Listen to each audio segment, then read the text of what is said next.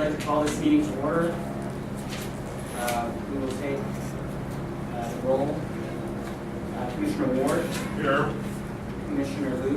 Here. Commissioner Han. Here. Commissioner Studley is an excused absence today. She did not make it. The first item on the agenda is public comment on matters appearing or not appearing on the agenda that are within the jurisdiction of the Ethics Commission.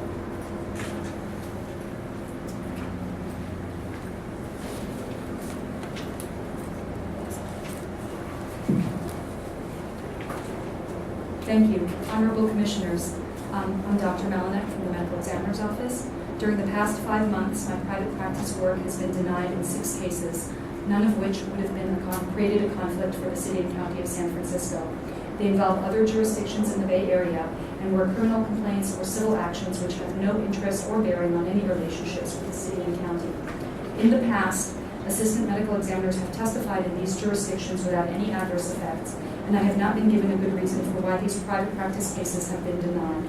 Only been told that there is a possibility that there might be potentially an adverse outcome.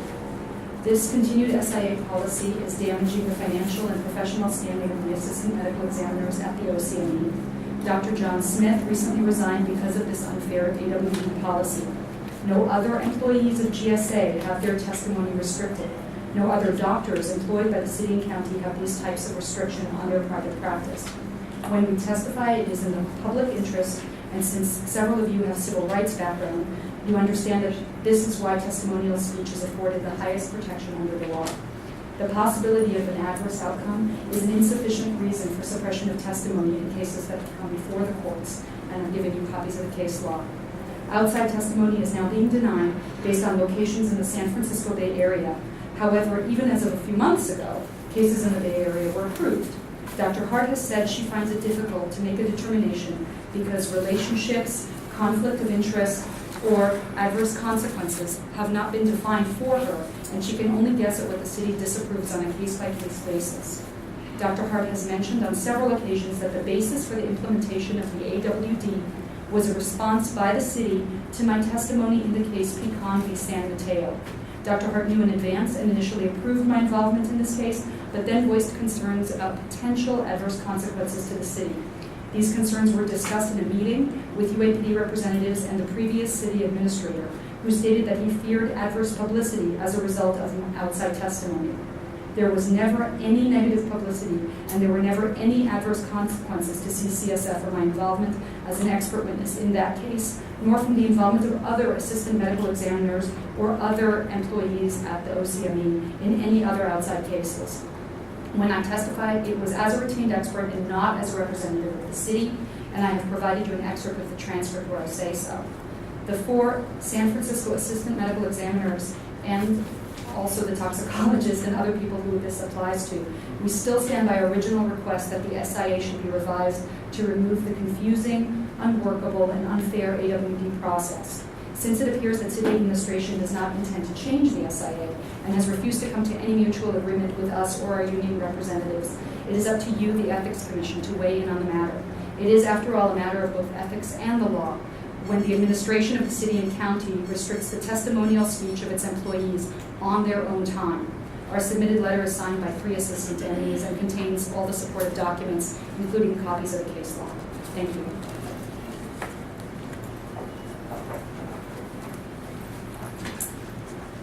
Good afternoon, House Smith. I want to thank, first of all, you're examining the civil grand jury report so carefully during your July and August meetings. One thing I noticed in your August minutes is that you had approved the civil grand jury response on a 5-0 with modifications. It's just I could not find anywhere on the website the final report on what was decided with the modifications. So I'm wondering if you would put that on your website. That would be helpful. Okay, thank you. Sir, I'm not sure I quite understand what you're suggesting. It was your response to the civil grand jury. Last month it was approved on a 5-0 vote. It said, but with modifications. But yet I have not seen, maybe Mr. St. Croix, you have it somewhere, Yeah, it should be on the website. It will. Okay, I have not seen it on the website. It'll be there tomorrow. Okay, thank you very much, I appreciate it. Thank you, sir. I'm Alan Grossman. I was dismayed to see there was nothing on the agenda or in the executive director's report or in this draft to the, I think this is the board of supervisors regarding the proposed sunshine regulations. I think given the grand jury report and the other imperatives regarding cases that have been referred to the commission by the Sunshine Ordinance Task Force, that this should have the highest priority, the highest. There are currently 9 cases pending before the commission that have been referred to by the task force, some going back to, most actually going back to August of 2010. That's over a year. I think the problem has been accentuated because Mr. St. Croix insists on following regulations that are not appropriate or applicable to sunshine cases, and that's very clear. 2 years ago, when I filed a lawsuit for copies of public records that were claimed to be confidential, it was based upon a provision in the charter that Mr. St. Croix relied on, which was clearly not applicable to open government cases that were being handled by the commission. And he and his staff continued to persist to deal with those referred cases on the same basis, on the same regulations that have been inapplicable and admittedly so for over 2 years. And I think it's time to deal with that. But in addition to which, there's no need for investigations. You know, the referral to the Sunshine Ordinance Task Force work has also been recognized, and it's part, I think, of the proposed regulations. So there's no reason to delay it for investigations. Given all of that, I think it's time to address that. Thank you.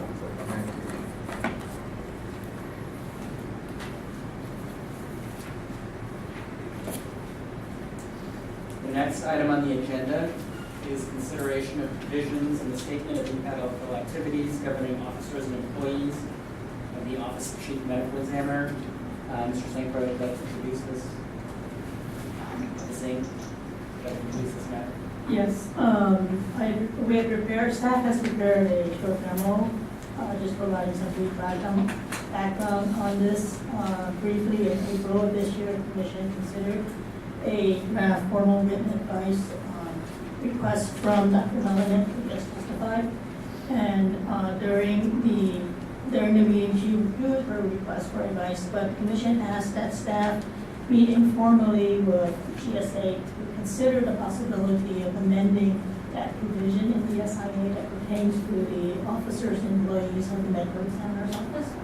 Staff has done that. Staff has also conducted some research on this. We know that Acting City Administrator Amy Brown is here, and she would be here to testify and provide information to the Commission. Before we hear from Ms. Brown, does the Commission have jurisdiction to amend this on our own? What has happened in the past is that the Commission has deferred to the departments because the Commission believes, the Commission and staff has believed that the department heads are generally the people who are most knowledgeable about what may or may not be incompatible or inconsistent with an employee's duties. So we have worked closely with department heads, so we have not unilaterally made any changes. It's always been in conjunction with working with departments. But could we? Possibly, yes. Ms. Brown?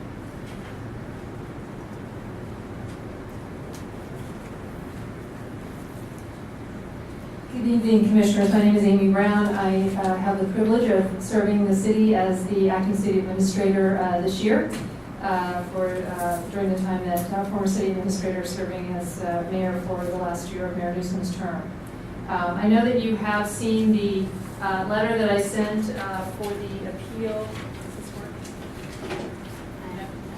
Okay. Well, you have the letter in front of you from the Dr. Melnick's appeal that I sent on February 1st, 2011. I do want to reiterate that we stand by the reasons set forth in that letter for the denial of that request.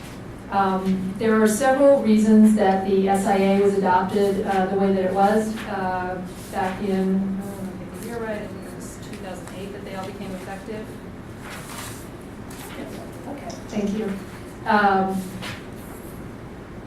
First, all expert testimony is discoverable, and an assistant medical examiner's testimony in a case for an entity other than the city and county of San Francisco could impact the assistant medical examiner's ability to testify credibly in the course and scope of his or her work for the city.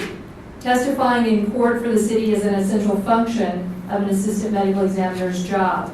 That is not the case for other GSA employees. In fact, it's highly unusual and highly unlikely that other GSA employees end up testifying in court as part of their job duties.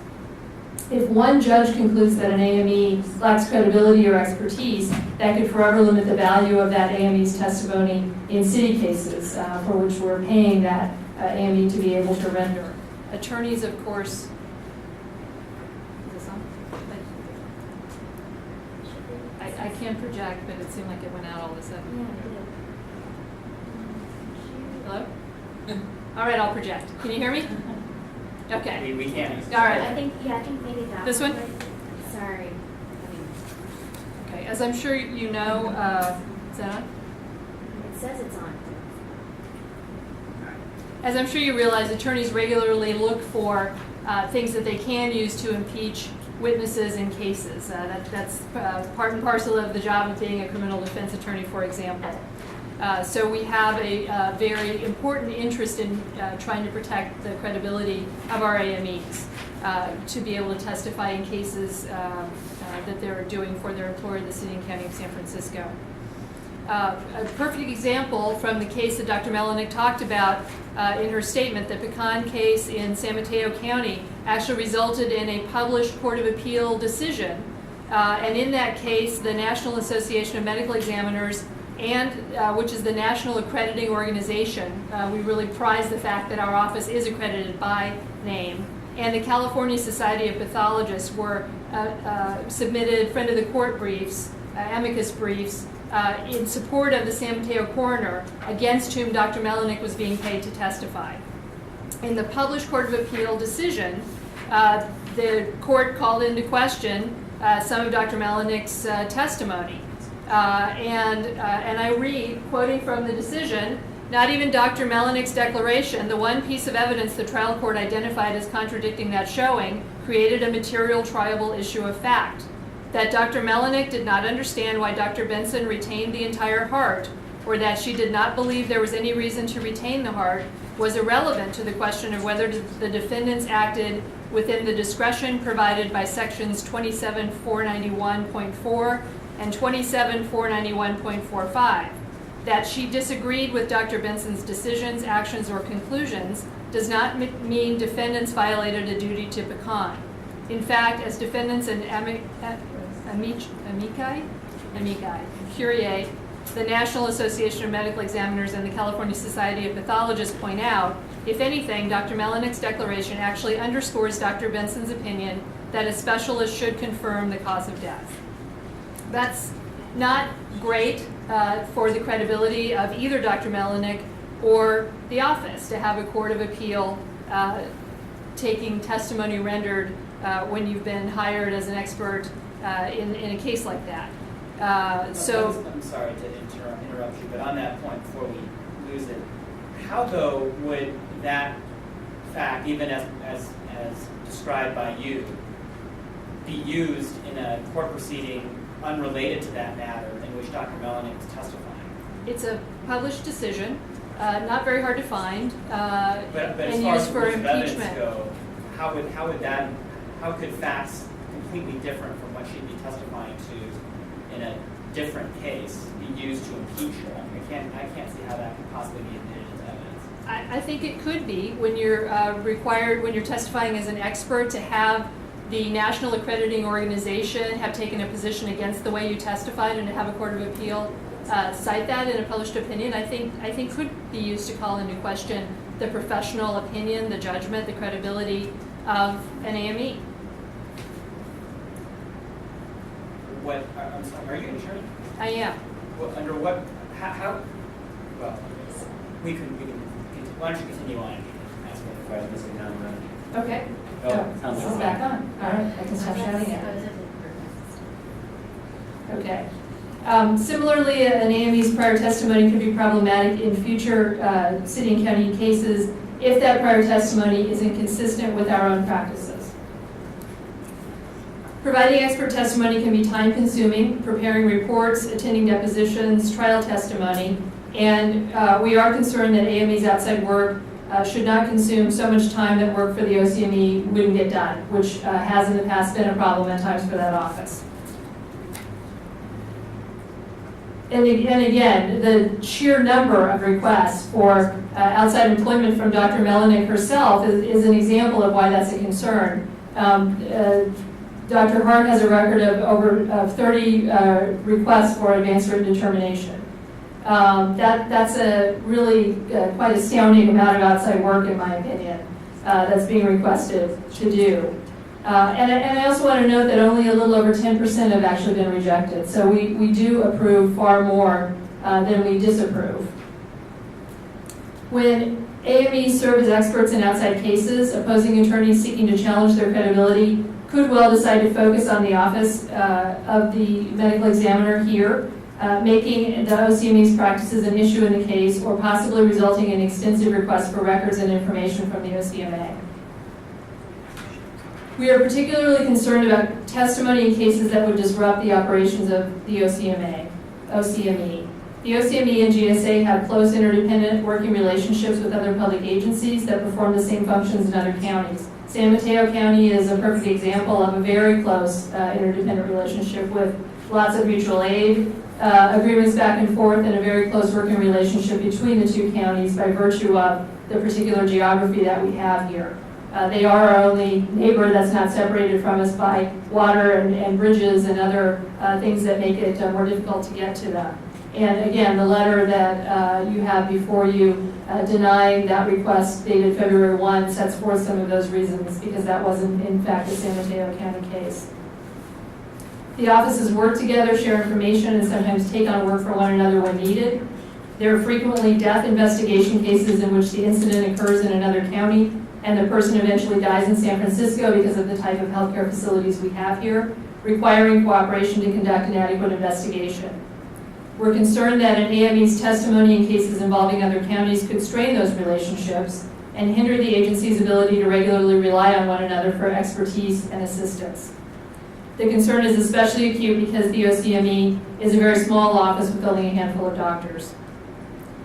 In cases involving deaths or injuries in San Francisco, the OCME has jurisdiction, as you know, and an AME's outside testimony in such a case could interfere with the exercise of that authority, or at least cause confusion about what role the AME is playing. I think that has not been the subject of great disagreement. I don't think anyone's really arguing at this point that they should be allowed to serve as hired experts in cases in San Francisco. But I did just want to point that out, that that's also a source of concern for us. In order to avoid confusion that we've heard has resulted from enforcement of this SIA, Dr. Hart has worked with our human resources and our city attorneys to develop a 6-question decision-making matrix in order to try and set forth clearly how decisions will be made when advanced written determination requests are submitted. That has been shared with all the AMEs. I believe you may have a copy of that in front of you. I was planning on putting it up on the overhead, but since that's not working, I'm happy to get a copy to you if you have not seen that. We really are trying to make sure that we spell out what decision-making framework is there and be very clear about it and share that with the AMEs so that there isn't confusion. And we really have tried to strike a balance in crafting that decision-making matrix. unless and until testimony involving counties or other governmental entities with whom we don't have that close working relationship right now causes credibility or operational problems, we have been approving requests. So, for example, we approved 2 recent ones from Dr. Melanek for testimony in cases that involve California counties, but not ones with whom we have a close working relationship. In doing so, I want to note that we're being significantly less restricted than Los Angeles County, which doesn't allow expert testimony in any case in which any medical examiner from any county has issued a report. So that would be statewide. We are approving some that are in counties where we don't have that close working relationship. Again, unless and until it causes some other problem, because I do have concerns that it will. And our approach is pretty consistent with San Diego County. Finally, our SIA is consistent with the highest ethical standards, which I believe as a public employee is what we should all strive for. Not only should we be held to them, we should understand that public employment is a privilege and we should want to hold ourselves to them. I actually came out of the city attorney's office here, and I want to note that the city attorney's office doesn't allow its attorneys to do any outside legal representation. It is simply not allowed unless it's a family member, and only then with written approval from the city attorney's office. I think that that's actually pretty analogous because it's another group of very highly trained, highly professional employees who are held to high ethical standards and also happen to be very highly paid. And I do want to note that it's a little hard for me personally to take the claims of hardship to heart in this case. I want to note that the assistant medical examiners are among some of the highest paid city employees that we have. Dr. Melanek, for example's current annual salary is $261,534. So I find it hard to really see the hardship that results from reasonable restrictions that protect the credibility and reputation of the San Francisco OCME. I appreciate the opportunity to come here and address you. I also appreciate your staff's courtesy in working with us over the last few months. And I'm happy to try and answer questions, and also want to acknowledge that our medical examiner, Dr. Amy Hart, is here as well if you have questions for her. Thank you, Ms. Brown. While we have you here, do any of you listeners have questions? Again. You've indicated that there is the potential for problems of a variety, given the close working relationship with San Mateo County. But my question is, have we in fact experienced these kinds of problems in the past? Are there examples of that or precedents that have been set, or is this just a concern about potentiality? I have not personally experienced problems. I was not the city administrator at the time that there were cases, the Pecan case and others were going on. It is my understanding that there were some discussions that concerns were expressed from San Mateo County officials to officials here, but I was not personally involved in those conversations. But we haven't actually, I mean, there isn't something tangible that has occurred in terms of reputation or legal issues that tangible legal issues from which we have suffered as a result of this kind of testimony at this point. Well, I mean, I certainly would take it, I think anything that makes our relationship with our closest neighboring county more difficult is not something that we want to strive to do. We want to try and prevent that. So I'm not sure I would say that nothing happened, because my understanding is that there were, again, some difficult and tense, it sounded like perhaps even angry would be an appropriate word, conversations with San Mateo County officials. In terms of tangible, I pointed out language that I fear opens us up to possible credibility attacks in the future. I don't believe that that's actually happened, and I don't remember the date of that published Court of Appeal opinion. I don't think it's too old, but... In terms of the credibility of a medical examiner who's testifying, whether or not these professional organizations agree with the opinion of the expert witness. I mean, this is common. I mean, I would imagine that someone testifies as an expert and other groups or individuals may or may not agree, and that this is common to all kinds of expert witnesses and really has no bearing on the organizations for which they may work full-time or be associated with. Well, I would respectfully disagree that it has no bearing. I think it happens all the time. The job of the attorneys on the other side is to attack the credibility of those hired guns, those expert witnesses that are brought in. I disagree that it affects their credibility for their regular employer. I think it very much can. I think that's why entities like the city attorney's office restricts outside legal representation. I think it's why we pay these employees so highly so that they don't have to go out and do that sort of thing to pay their mortgage. I absolutely think it can affect their credibility, reputation, professional reputation, and that could hurt the office, absolutely. And one final question now. I understand that past practice in terms of expert testimony has been quite different and has only recently changed as a direct result of the San Mateo case. Is that correct? Well, it is correct that past practice was very different. I would trace it back even farther. I mean, there was a time in the not too distant past where none of us had these statements of incompatible activities, and I really applaud the Ethics Commission for making sure that all cities took a hard look. A lot of things used to happen that I think make us all shudder when we think about them now, and used to just be accepted as common practice. Again, I think we should be held to the highest possible standards as public employees. So when this was adopted in 2008, did we immediately start enforcing it the way that we are trying to enforce it now? No.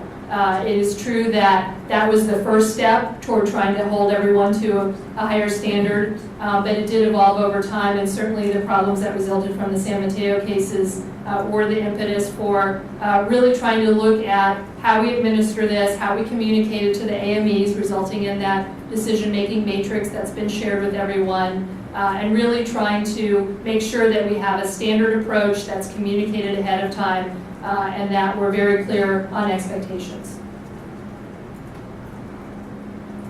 Any other questions for Commissioner? Hi, Ms. Brown. So what, kind of as a follow-up to Commissioner Hand's initial question, in that 6-part test, what is the measure that is used to determine whether potential testimony could interfere with a working relationship? It does seem kind of vague as a guideline, so how?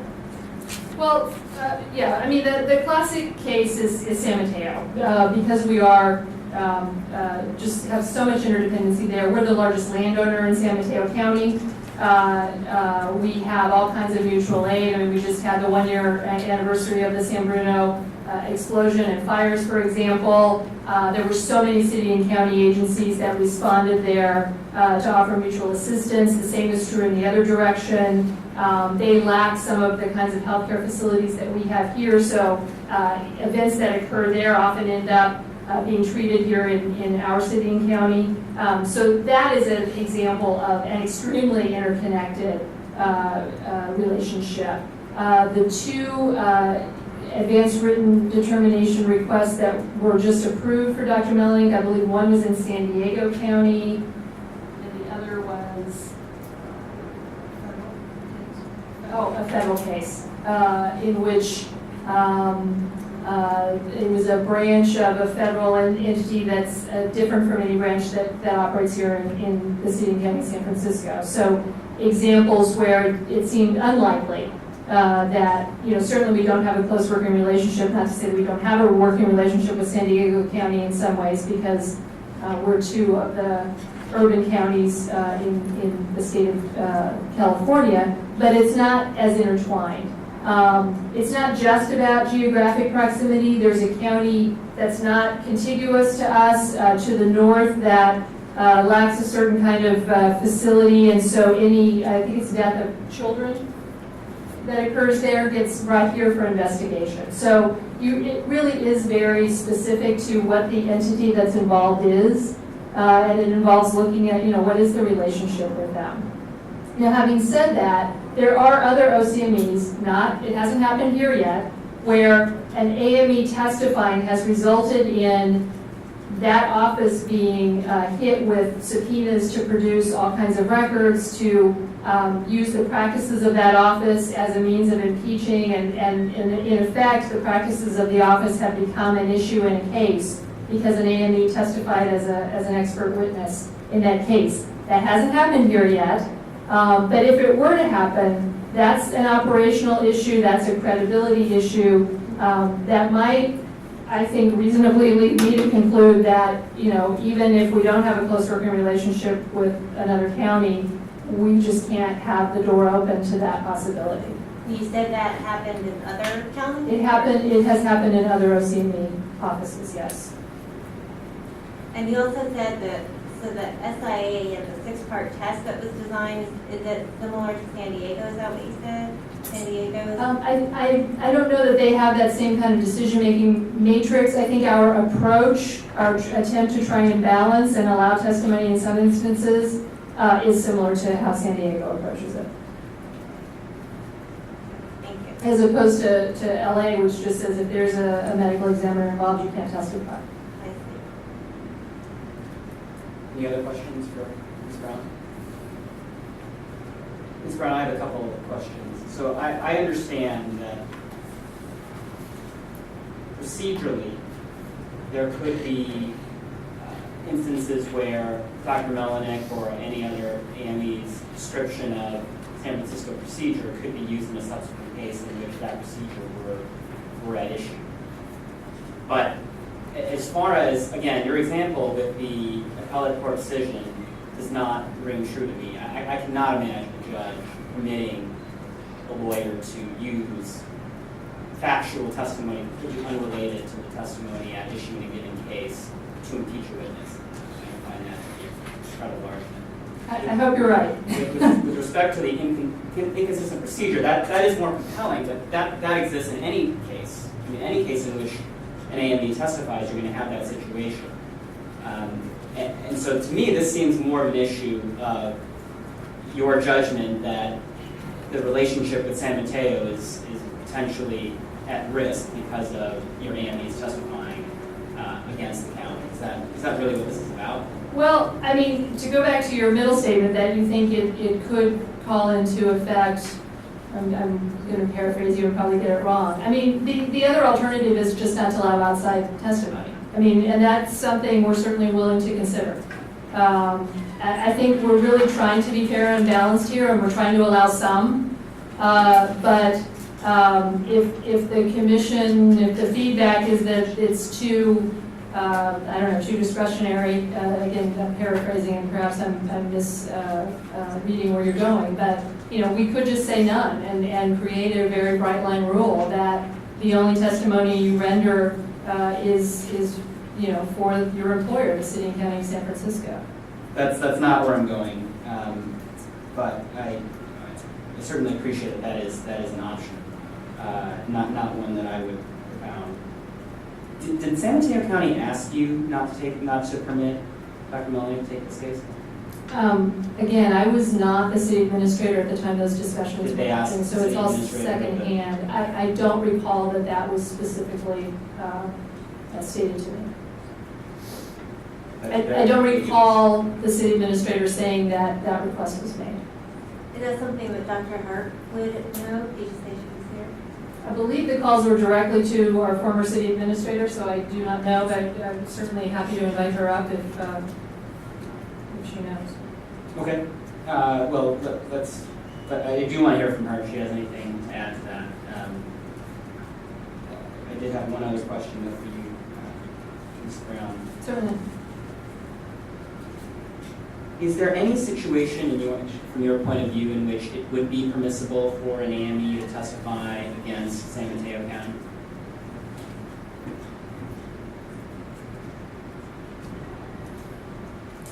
I cannot think of one. And how does San Mateo County, I guess you've described a couple instances about the close relationship between San Francisco and San Mateo. Do those same concerns exist with surrounding counties. I mean, there's Marin, there's obviously many other counties close by, and given how vague the test is for determining whether or not one can testify, it's easy to see something like this continuing to grow and the exclusions continue to grow based on something that's very difficult for an outside person to evaluate. I am starting to like the bright line approach of just saying no in all instances. Absolutely, it extends to other counties. Marin would certainly be one, and Alameda County, absolutely. So then are you also saying that you wouldn't permit testimony for Alameda and Marin? I mean, it's hard to answer a hypothetical, but probably not. We have recently denied one that came out of Alameda County. I mean, that is another county with whom we have many working relationships. Again, not as many as San Mateo. San Mateo's kind of the most extreme in terms of involvement. We're not the largest landowner in Alameda, although we do have a lot of land under the PUC's jurisdiction in Alameda County. We do serve as the water utility for big swaths of Alameda County. There certainly are a lot of close working relationships with them. We have mutual aid agreements with them.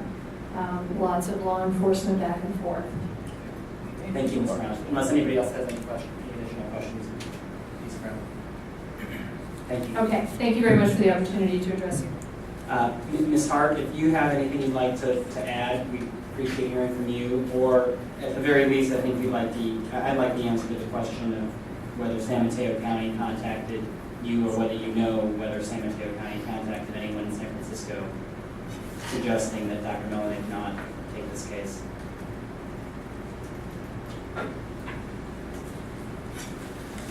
Can I ask,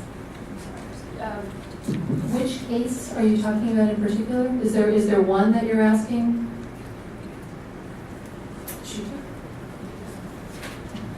I assume it was the one that was the subject of your letter? Wolkoff, that case? Yes. Okay. I'm Dr. Amy Hart. I'm the Chief Medical Examiner at the Office of the Chief Medical Examiner in San Francisco. And I appreciate you asking me to come before the commission to answer questions. I don't know the cases with the specificity that a lawyer does, so the Wolcott case does not bring any particular information to me that's helpful in responding. I can tell you that I don't have any specific knowledge of who contacted the city administrator or the city attorney's office or any other city agency regarding cases in San Mateo. I don't have any knowledge about anybody asking that Dr. Melanek specifically not be allowed to testify in a case. Is there some agreement between the counties, some unwritten agreement that you won't permit your AMEs to testify against each other? So the testimony is not the written agreement. What is different than at the time when I worked here under Dr. Stevens is that now the San Francisco, greater San Francisco Bay Area is looked at as a functional unit for mutual aid issues. And this is something that is probably not very well known to the assistant medical examiners, but very well known to the people who work with mutual aid and emergency response. And so the issue that's really changed is that our relationship with counties close to us, adjacent counties, has been expanded.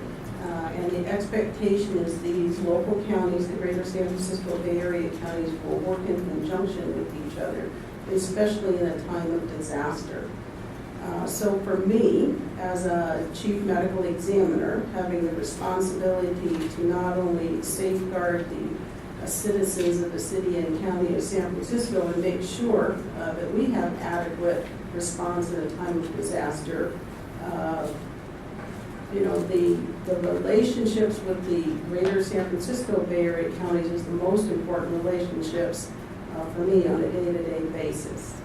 And what happened from my perspective was when an assistant medical examiner went outside of the county to testify against another county, the direct impact to our department was, again, a concern that the policies and practices of our department, the personnel within the department, and myself would be drawn into the case because of the need to defend or to prosecute that county. And it wasn't a Let concern to me me. stop you there.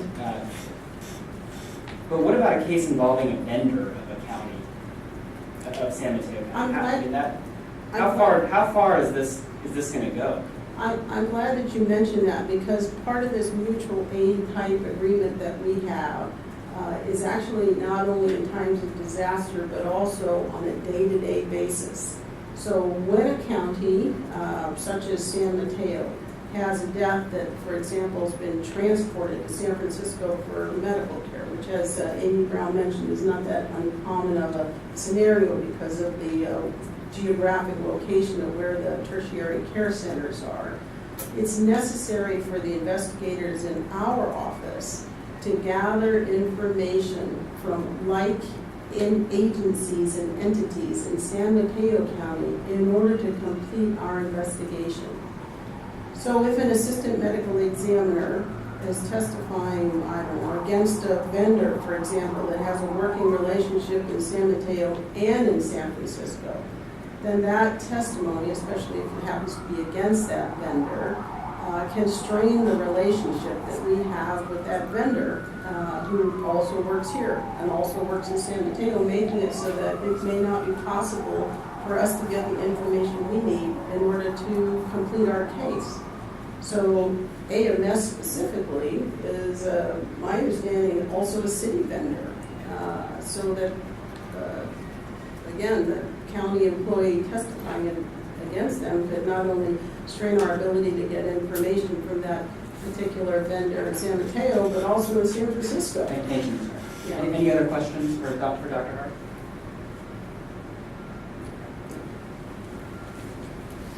Commissioners, would you like to discuss this first or hear public comment first? Your preference?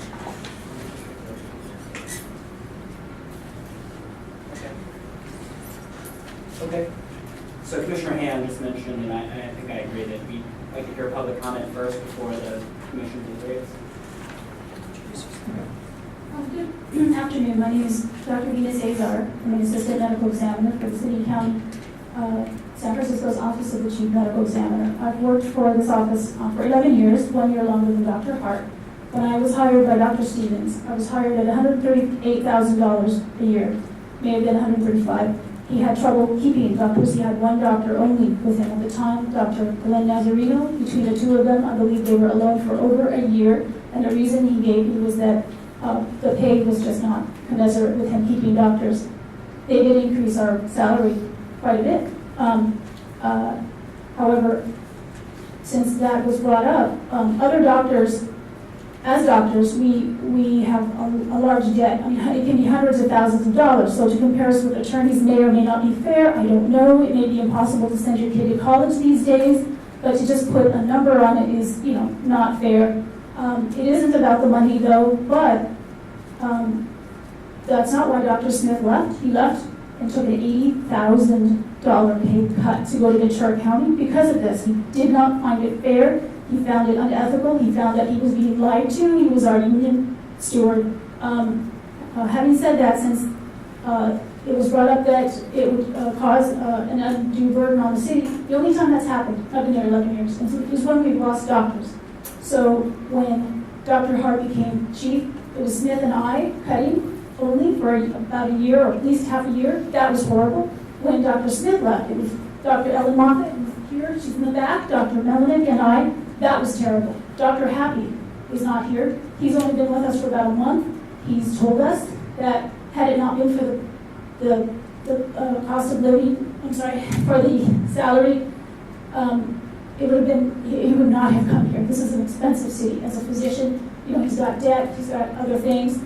And just to bring this up, last week, the Marin County Coroner's Office, Chief Medical Examiner's father was dying, and I don't know if he's still alive. He contacted Dr. Happy, asked him if he could help him out. Dr. Hart said no because of this. And she said, that she would help that county if they could transport their bodies to our office, and she would charge them, I believe it was $3,000 a case, which is much more than Dr. Happy was going to try to help our colleague out. And in addition, Marin County has been hired, their previous chief, Dr. Ferentz, to come and testify on 2 of my cases. I don't know if they wanted him to impeach me or not, that doesn't matter. But they're able to do this to us, and yet we're not allowed to testify truthfully, under oath, in the capacity that, as physicians, we do. So, and no other doctors in the city are barred from doing per diem work or outside consulting. Thank you.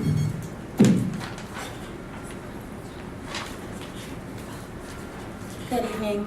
My name is Ayana Jenkins Tony, and I was the attorney for Celine Pecan in the San Mateo versus Celine Pecan versus San Mateo case. And I wanted to just talk to you a little bit about my efforts in retaining an expert in this case. It took me over a year to actually find a doctor that was willing to, first of all, examine the heart, because we weren't sure at the time whether or not the heart that was given to my client was in fact the heart of her son. So that was one of the main impetus for trying to get a doctor to examine this human heart that my client had in her possession. I contacted over 50 doctors. Several of the doctors were in academia, and so that presented a problem because, just to give you a brief background of the case, it dealt with scientific research, and it dealt with organ retention, and in fact set landmark precedent throughout the state, so that now when you die in this state, the coroners are able to keep anything they want from your body, and they do not have to inform your loved ones. And that is a direct result of this case, of my case. And when I was finally able to speak to the Dr. Melanik with regards to this case, she asked very specific questions. She informed me of this policy that was in effect at her office, where she had to obtain prior approval before she could do a deposition. She told me that she would speak with Dr. Hart and she would get back to me. She told me that Dr. Hart gave her preliminary approval to be my expert. I was very excited about that. Like I said, after having searched in vain for over a year for a doctor that would even take a look at this case when they learn the facts, I feel that if this procedure were to stay in effect, where doctors such as Dr. Melnick, who sticks her neck out on the line for the search of truth, continues, there will be a chilling effect on litigants and the community alike that have actual grievances and actual concerns, what you would be developing as a police state. And it's also an unnecessarily chilling effect on the First Amendment. The doctor has the right to give their opinion, written and oral, and to say that they can't do that is a denial of due process, is an abridgment of First Amendment rights, and you're, I think, asking for a lawsuit. I also wanted to add that when Dr. Melnick did take the case, after she gave her testimony, I remember she contacted me and she did let me know that she was called into Dr. Hart's office. She expressed grave concerns about her ability to continue on as my expert. I advised her that we had a contract, et cetera, et cetera. She was very concerned about her job. She told me that there was instances afterwards that she felt that she was being unnecessarily reprimanded, and it's just very unfortunate. When she told me about this hearing, I felt that it was, I was compelled to come here today, and I hope that you take my comments under consideration. Thank you.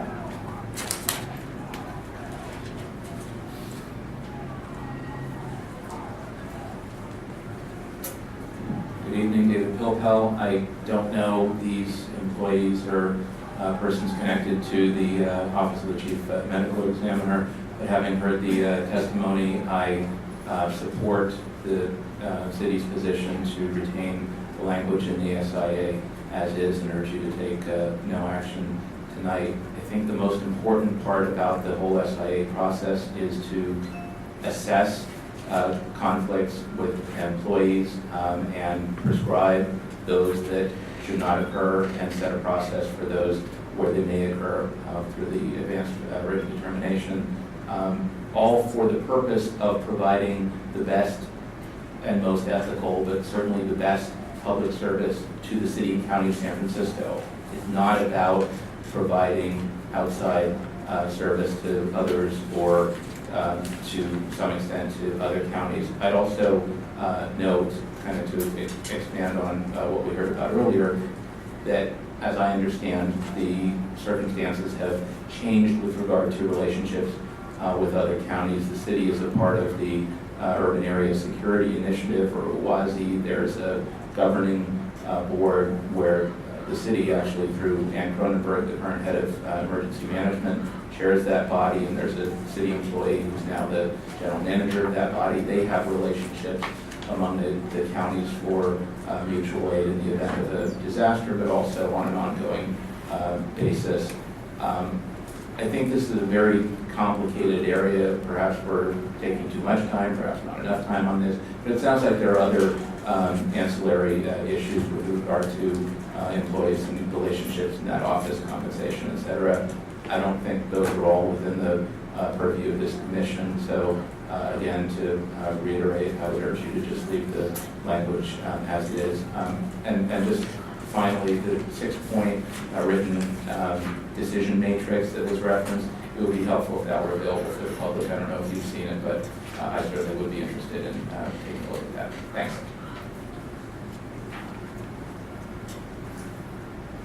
Commissioner Hale, did you have questions for Dr. Melnick?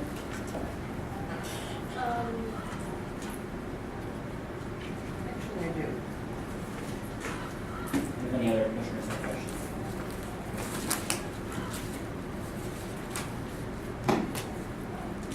I guess the question I have is in terms of your viewpoint on this. Is it your expectation that you should be able to engage in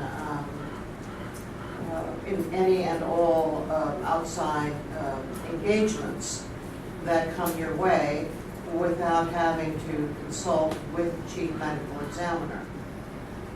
It is not my opinion, and it was not the opinion of any of the employees, that we are at free willy-nilly can get involved in any case.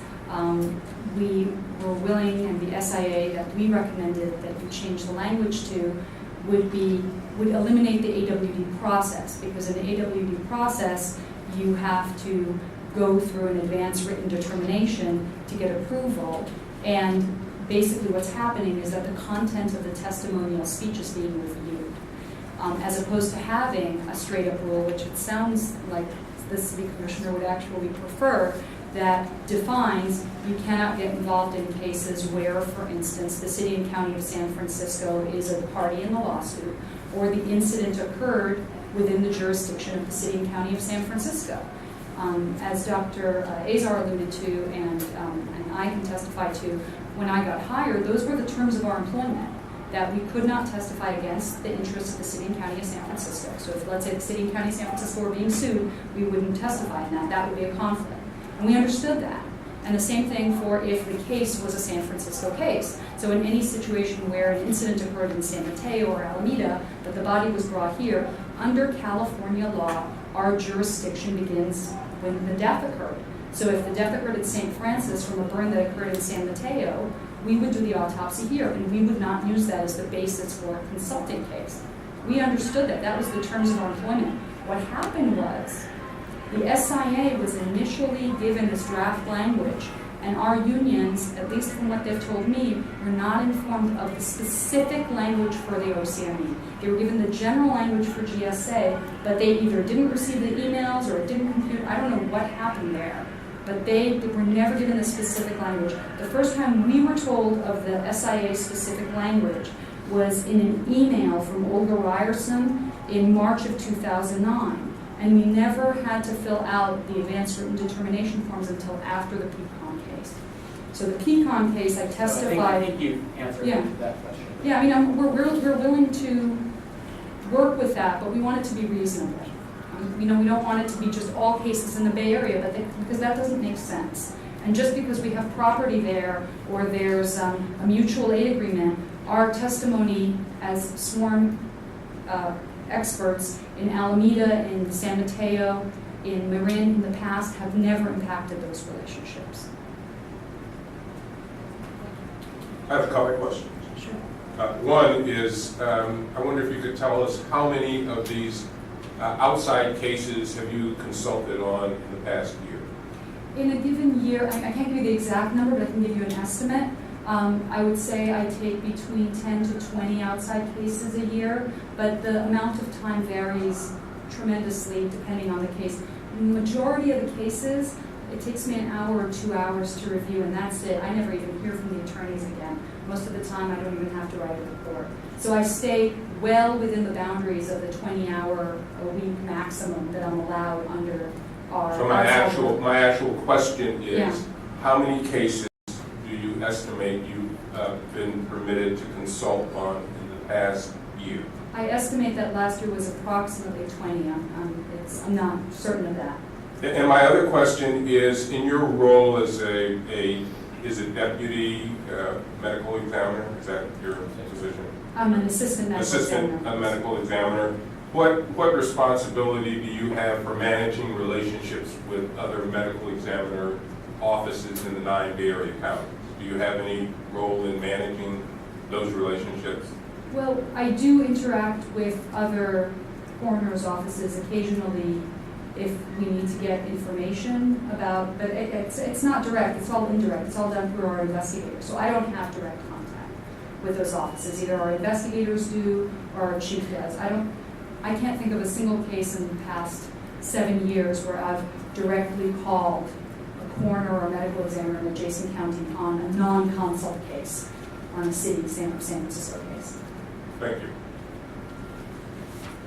I have a couple of questions. Dr. Melanie, your proposal to get rid of the AWD process, even if it were possible, would require a much more bright line rule. I mean, I think you'd probably be facing some rule that said you couldn't consult with in any cases in the 9 area counties or something to that effect. Because otherwise, we're going to have to provide some discretion for the appropriate agency to make a determination on a case-by-case basis. I mean, is that something that you think would be better? The thing is that we'd be welcome to discretion if the discretion were consistent and justified. The problem is that we've been told most recently that the Bay Area is not allowed, and yet there are 3 cases in the package I gave for you where in Alameda County and San Mateo County cases were allowed. So the decision of all or none, if there was just a better definition for the matrix of what defines a relationship or what defines a conflict of interest, I mean, I think it's not fair to say you can't testify in any case in Alameda County when I'm getting phone calls from the lawyers defending the police in Alameda in custody cases who want help, and they want it from a local pathologist because they, like all public agencies, they're strained too, and they don't want to be hiring people from far out of town to come in as experts to review their in-custody cases, and that's in defense of the police. So why that's not allowed, I don't understand that. I think it more, especially since the recommendation probably came from the Alameda County coroner in the first place, I don't see how declining that is good for the relationships between the counties. And the same thing for helping out Marin when their forensic pathologist's father dies.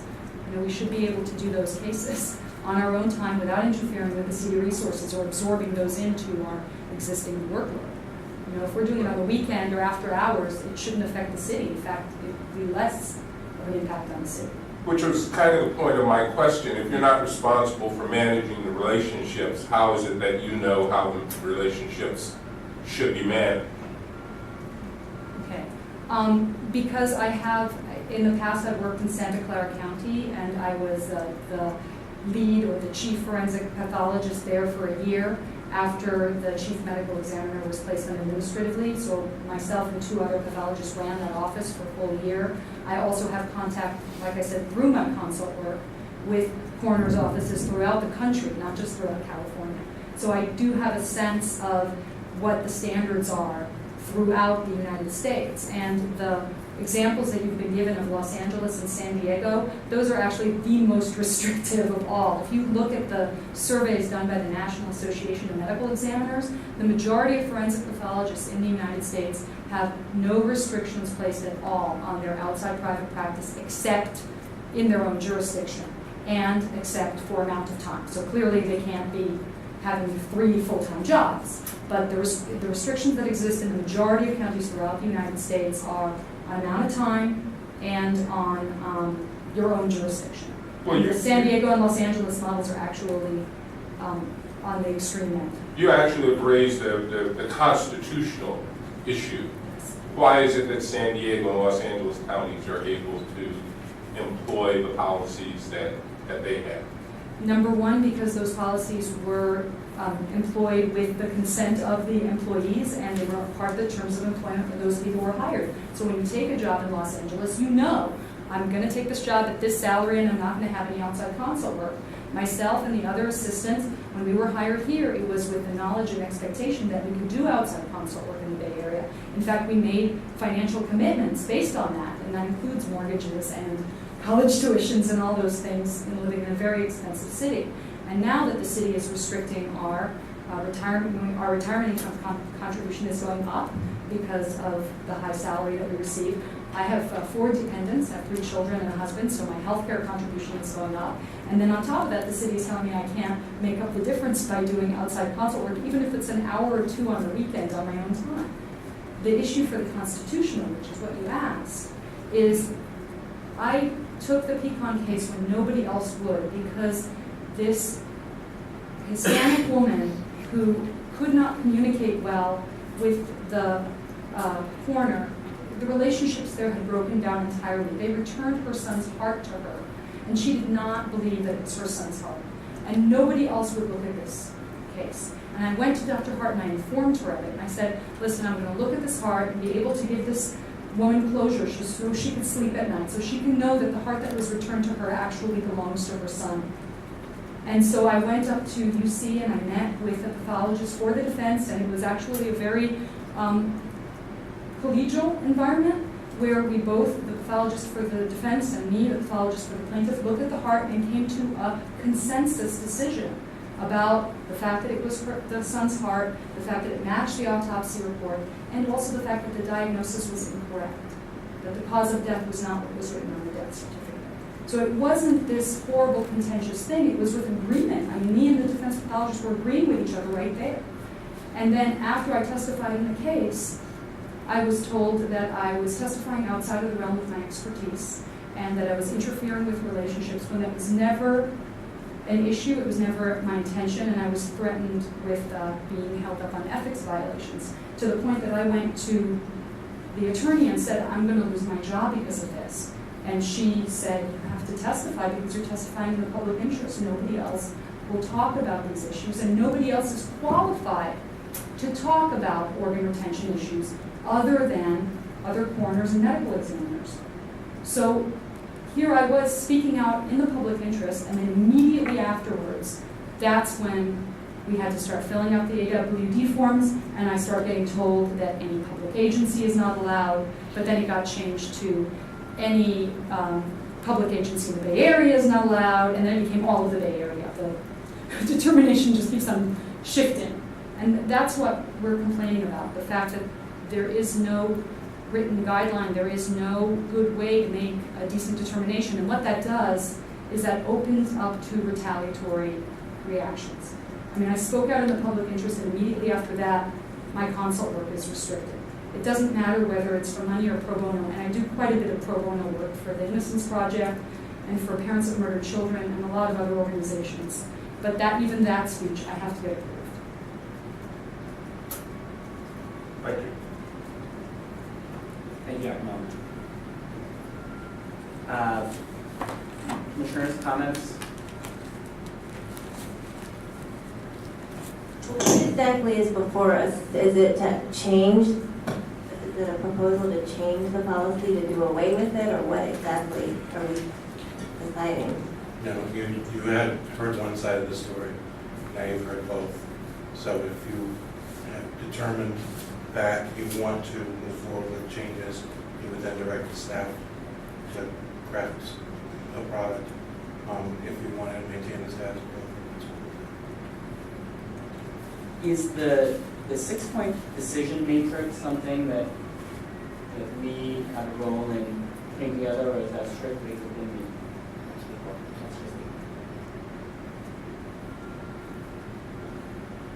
I have a question for staff. When there was discussion with the department, were there proposals back and forth on the guidelines on the test, or what was the source of contention exactly?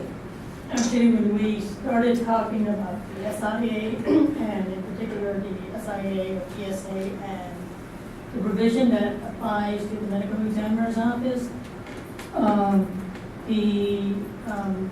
once the commission adopted a template, we went back to GSA and we came up with the language that basically modified the prior submission to the Ethics Commission.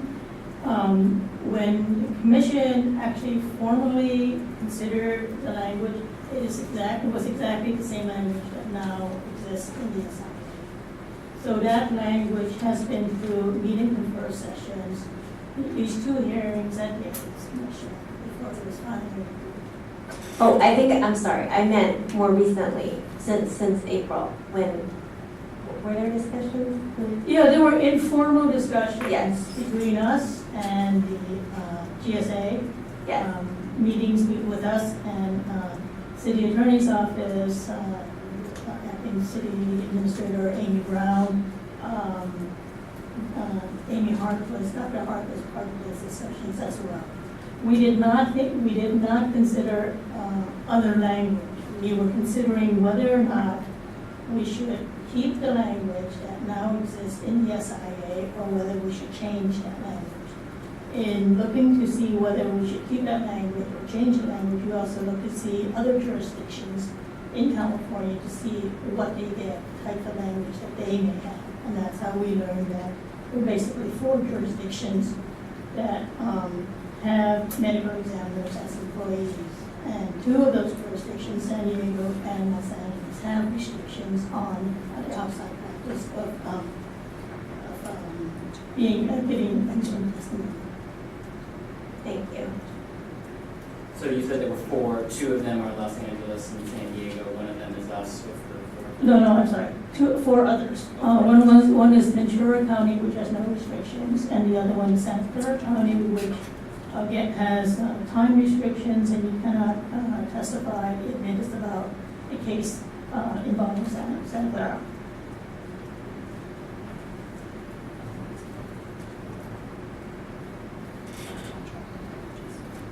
You know, to me, the biggest problem is the difficulty is the vagueness of the matrix. And it seems to me that if I certainly understand that the GSA departments need discretion to make decisions that are for the best interest of the county. However, I believe that the policies and the criteria need to be clear enough such that employees have confidence that it's being executed in a objective manner, and it's good for both sides, because then the department heads can point to objective criteria as well that they can point to show that it's not a subjective issue, that there are legitimate issues that are being considered and for which decisions are decided upon. What I don't know is what the Ethics Commission can do about that.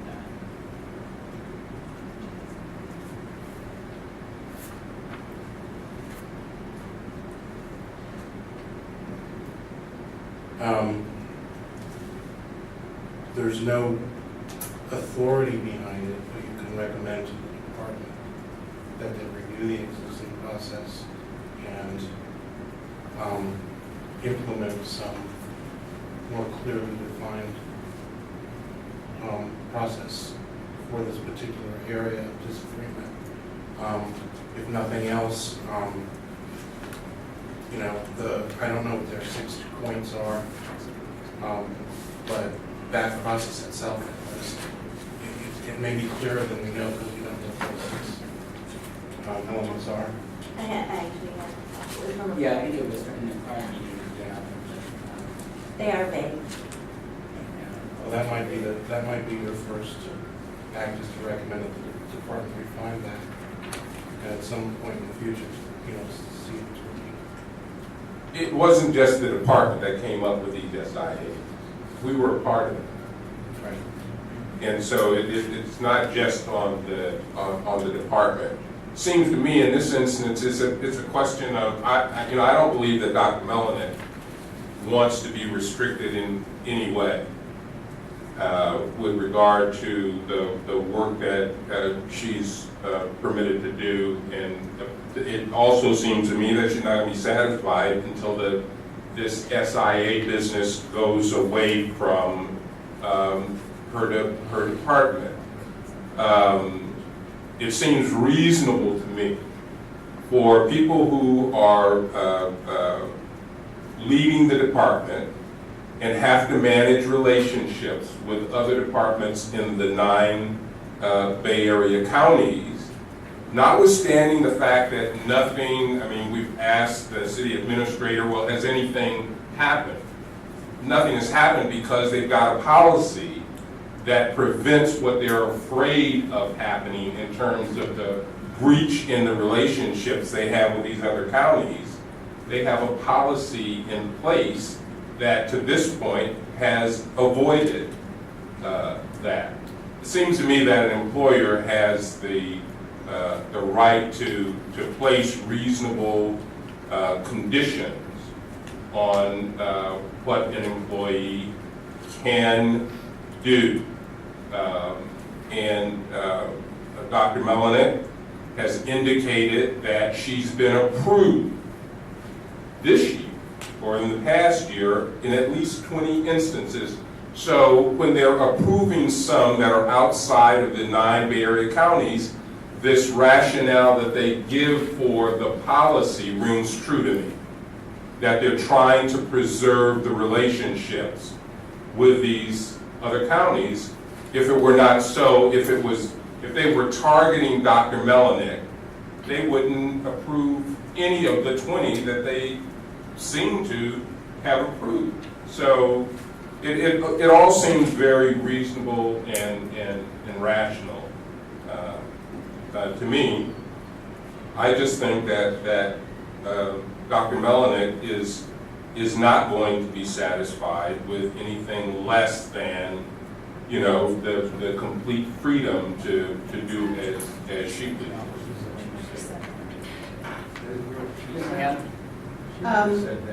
I would say, however, that while I don't disagree with the bulk of what you just said, Commissioner Ward, I do think that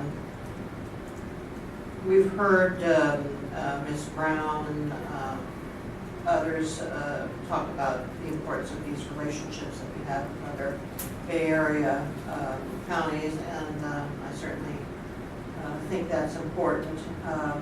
However, I think internally within within the medical examiner's office, I do think that the criteria does need to be, we should recommend that it be clarified and better defined, so that there isn't an appearance of either personal retaliation or favoritism or inconsistency, because clearly it sounds as if there are personnel issues within that department based on this. I don't think that the SIA or the Advanced Written Directive are in themselves problematic. I think that that's a good thing, but I think that it has to be executed in a way that is that it appears fair, and it in fact is fair and reasonable to all of the people to whom it applies. And that apparently the feeling it does not seem to be that. So some improvement has to be made on how these decisions are being made. So I heard a chorus of that I was mistaken about what Dr. Melanet has said she'd be satisfied with in terms of a policy. So I'd like to be stand corrected. If Dr. Melanik would once again explain to us the policy that she proposes for, I should state that initially, we proposed that it would be the terms of our employment, which is that we should, just like in Santa Clara, that we cannot testify in cases where the city and county of San Francisco is a defendant in the lawsuit or where they took jurisdiction of the case. So the incident or death occurred in San Francisco. However, in subsequent discussions with Dr. Hart, we were willing to negotiate. We've actually had some substantive discussions about changing that wording so that it wouldn't be where a public entity in the Bay Area counties is a defendant in the lawsuit. That would, for example, rule out cases such as Pecan v. San Mateo but where somebody is suing San Mateo, the county, directly. But it would not rule out where an incident occurred in San Mateo and a guy fell and he died, and then person A is suing person B because of the crack in the sidewalk that made him fall. That civil litigation case where someone fell, the county's not getting sued. The sidewalk was privately owned. It's just a civil case. And my testimony about the fact that he had a broken hip doesn't affect relationship, has never affected relationships in the past. Is that an actual example of a case? No, I made that up, but I can give you another example. Chan v. Coles, which was approved just a month ago. That was a case. Okay, if it was approved. Yeah. No, I wanted to give it as an example because it is an Alameda County case, so it's an adjacent county. And it was a civil case where a private entity was suing another private entity. The public entity was not a party in the lawsuit. And that was approved. But then a month later, another similar civil case, private versus private, was not approved. Dr. Melanik, I think Commissioner Ward's question, you can correct me if I'm wrong, is that if you're saying that you're willing, that you're proposing something broader than what you originally proposed, what is it that you are proposing? Oh, then another proposal that we would be amenable to was no officer or employee of the Office of the Chief Medical Examiner of San Francisco can testify in a case where the incident or injury occurred within the city and county of San Francisco or falls under the jurisdiction of the city and county of San Francisco Medical Examiner's Office, or where the city and county of San Francisco is a party in the lawsuit, or where an adjacent Greater Bay Area county, and you can define the known counties, is a named defendant in the lawsuit. So is it your view that there couldn't be a situation where your testimony or AME's testimony could interfere with the relationship with the county, even if the county was not named as a proper defendant? If the county is not named as a proper defendant in the lawsuit and it's just civil litigation, I don't see, and restricting it just to the Greater Bay Area where we have those relationships, I don't see how it would impact. Like I said, it's never impacted in the past before, even before the rules were set in place. By the way, with all due respect, Commissioner Ward, the restriction only started in 2008. I've been employed with the City and County of San Francisco since 2004, and Dr. Stevens, the previous chief medical examiner, did consult work for years before that, and to my knowledge, there was never any interference with relationships with the county during that time. Have any policies with regard to the terms of your employment changed since 2004 to 2011 besides this SIA? Have you been required to do things differently in the 7 years that you've been there than when you started? That's a tough question, let me think. Not anything of any palpable significance. I mean, minor modifications like death certificates, they don't like to put us and there anymore. We're supposed to use with. I mean, not anything of any real significance to this degree. This is really the only major change. I mean, in the sense that it affects our employment practices and our financial well-being. So I guess my last question for you would be, what happens if you or some other assistant medical examiner testifies in a situation in one of the other 9 area counties and it does cause tension between the two counties. Then what? I have to further the question though. If that, are you saying that hypothetical with the case that we've changed the SIA or we haven't? It's the same as it is now? Well, In your hypothetical? you've been permitted to testify. Okay. So And you're testifying in a case, well, I don't know what the fact pattern is, but it turns out that it makes the county in which you testified unhappy and unhappy with the San Francisco Medical Examiner's Office. So let's assume that that's what happens. Okay. Then what? Okay. And I'm speaking with her. Right, no, I know. I'm speaking with her. No, I know. If you want to come to the mic afterwards, you're welcome to, but please. Right. This has been going on the entire time, and when when you testified, this lady and Ms. Hart, they never said a word, but the entire time so please, not with me. I guess I can't really answer your hypothetical because it depends on what the case would be and what the strain in the relationships would be.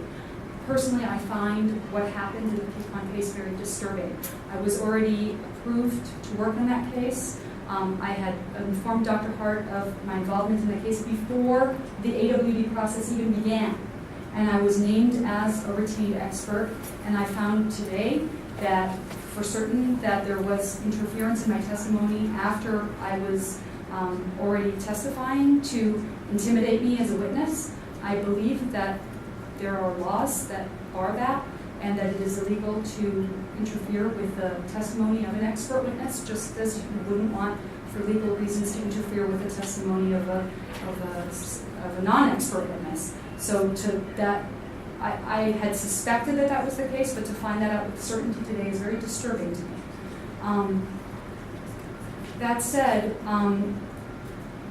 thinking with hindsight on the Pecan case where it happened, if I had been approached about how it was causing tension between the counties, I would hope that we would have been able to resolve it professionally by reviewing my testimony with the chief medical examiner, showing her and reassuring her that it would not have had any impact on the county, which it didn't.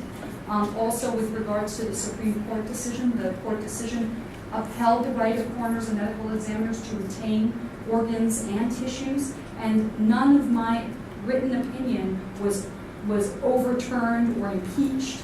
They took it for what it was worth, and as Commissioner Kerr pointed out, it didn't impact my credibility here. It's never come up in any of my testimony here, and it hasn't had any repercussions. So I think that there are professional constructs and ways of dealing with tensions between counties on a professional level without necessarily imposing outside rigorous rules that are then broadly applied and irregularly applied, where there's a component of retaliation or retribution. I should say, by the way, that I suspect that one of the reasons I'm the only one who has been turned down is because I'm the only one who submits these forms. If you create a rule that people don't agree with and that they're not involved in the process and their unions may or may not have been notified, sometimes people just bypass the rules. And, as long as they don't get caught, I guess that's what happens. I feel in many ways that I'm getting punished for being forthright and being honest and being upfront about my work from the beginning, even before this policy was applied. Thank you. Thank you. I don't think we have any further questions.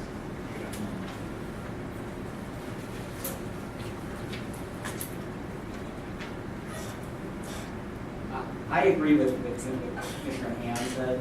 I think that, and so in many respects that echoes what Commissioner Roy said. I don't think that doing away with the SIA or changing 3B3 is necessarily the way to go here. But if 3 of the 4 or 5 AMEs believe that there is retaliatory aspect to how it's being implemented, I do think that suggests a problem with the matrix. That in my prior review of it, I do recall it being pretty vague, and I think that I would agree with Commissioner Hand that we should recommend to Ms. Brown that they work on clarifying that, so that, and for the good of the department, for the good of the SIA, and making sure that it meets the purpose that it was created for.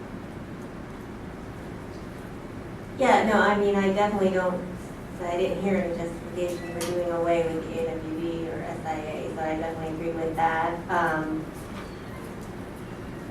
I'd be fine, I agree with trying to provide some guidance on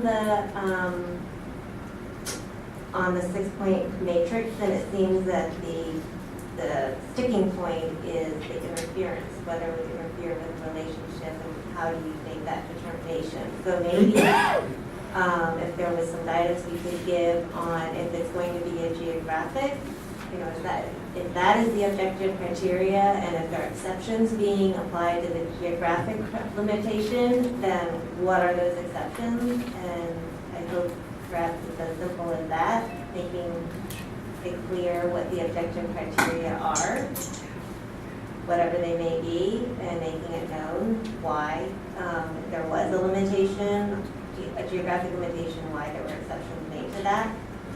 But it's hard to say without knowing exactly what happened there, and if that's even the case. Ms. Brown, would you like to do that? Is that something that, obviously we as the commission can't make you do that.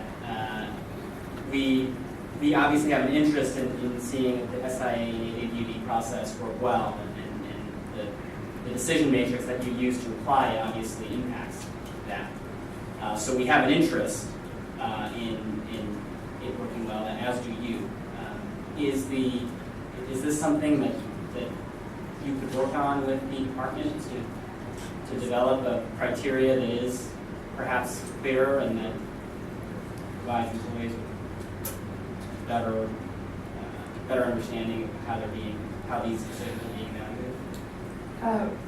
Well, certainly, Commissioner, that was our intent in putting the matrix together. And again, I do want to say that we didn't do this in a vacuum. We did have a lot of assistance from the City Attorney's Office and also from HR.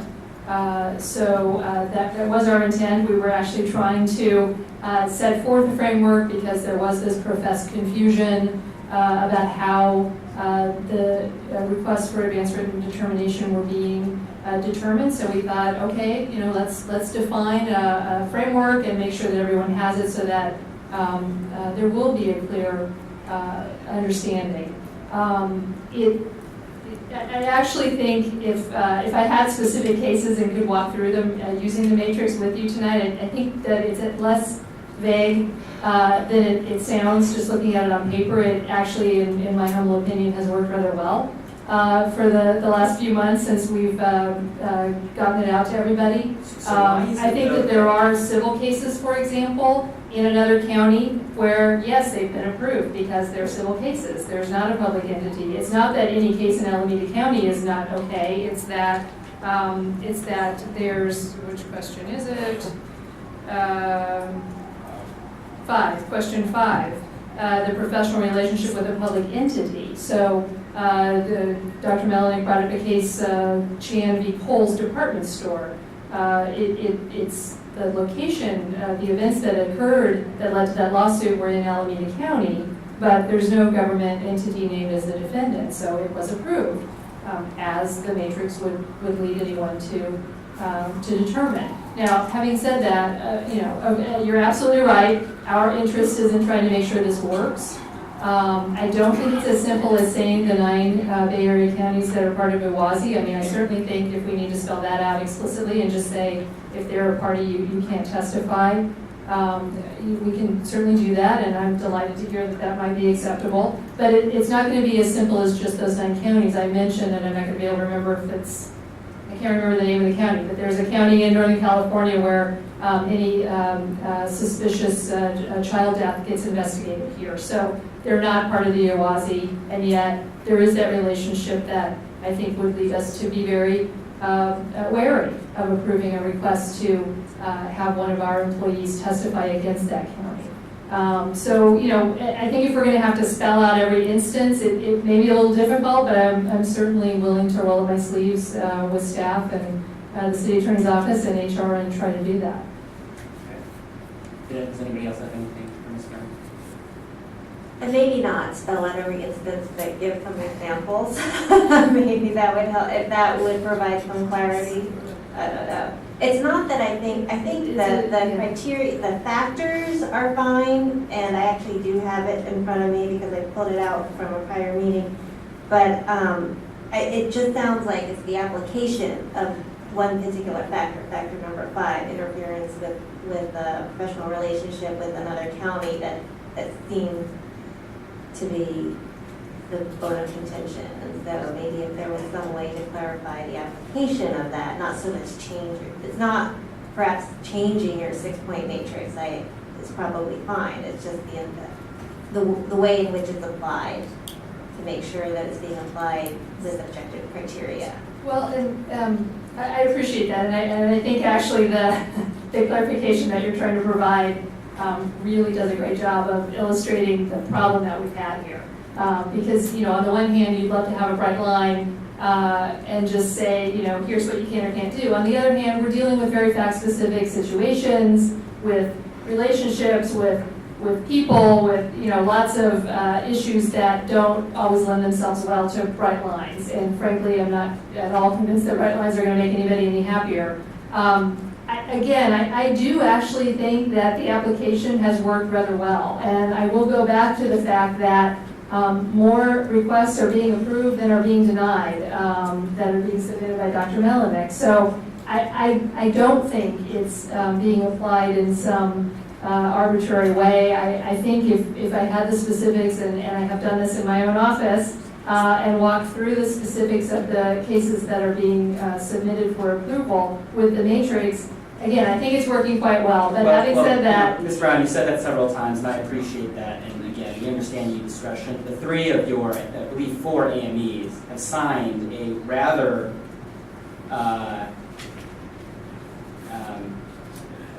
the adjective to describe this letter escapes me as far as how it reflects on how well that policy is being applied. And maybe, I'm not saying that everything in this letter is correct. Certainly not suggesting. But it clearly indicates to me that there is some problem, at least in terms of perception of how this is being applied within for the AMEs. So while I appreciate that you think it's being applied well, I think that the contrary view is worth consideration. all right, thank you. Thank you.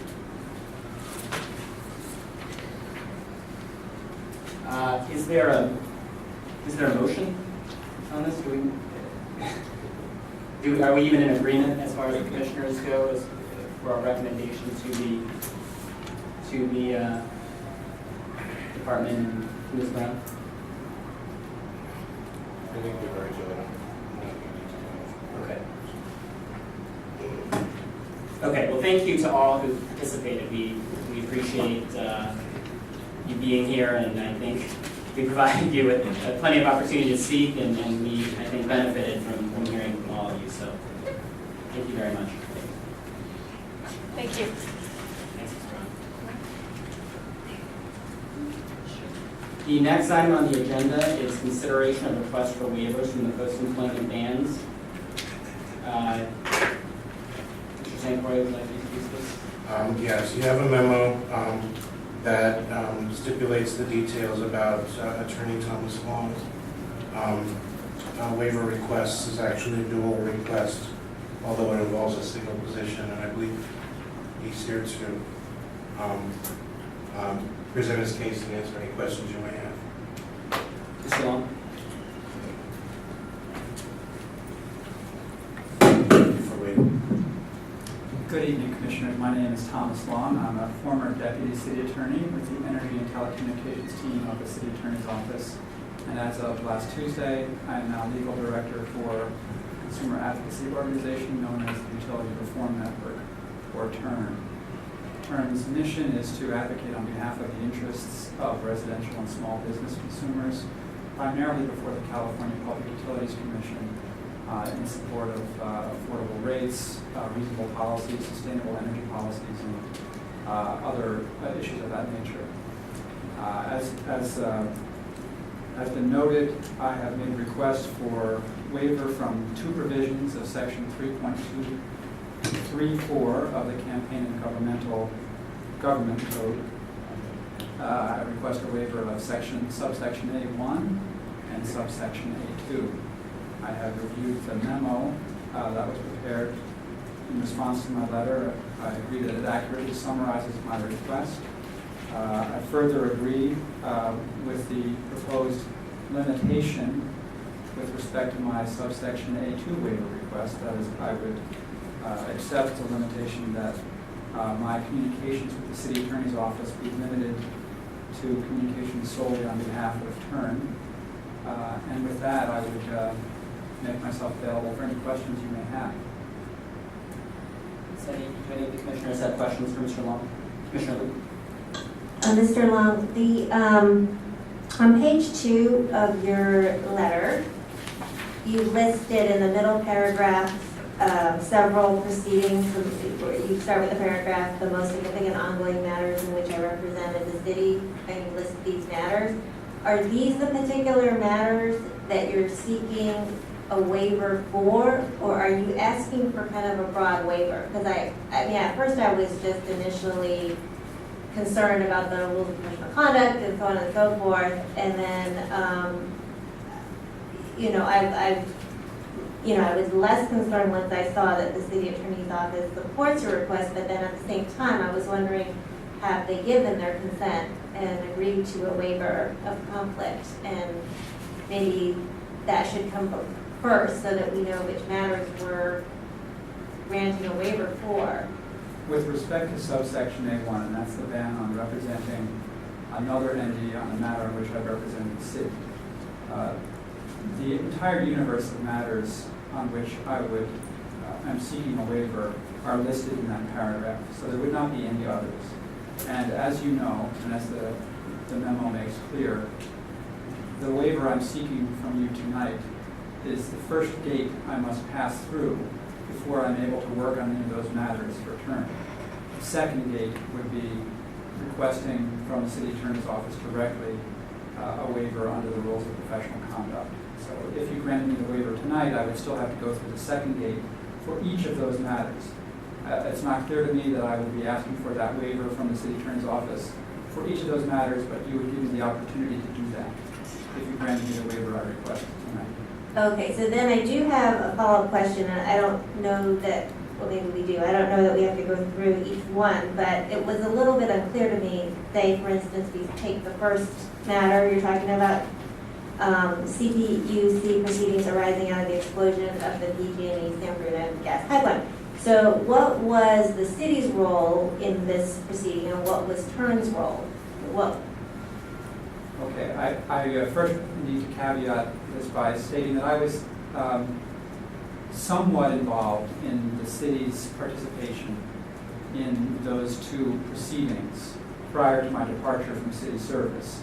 But I just want to be clear that I may not entirely accurately summarize all of the city's participation, because my involvement generally involved reviewing some pleadings or portions of pleadings, writing a paragraph here and there, and I erred on the side of being conservative.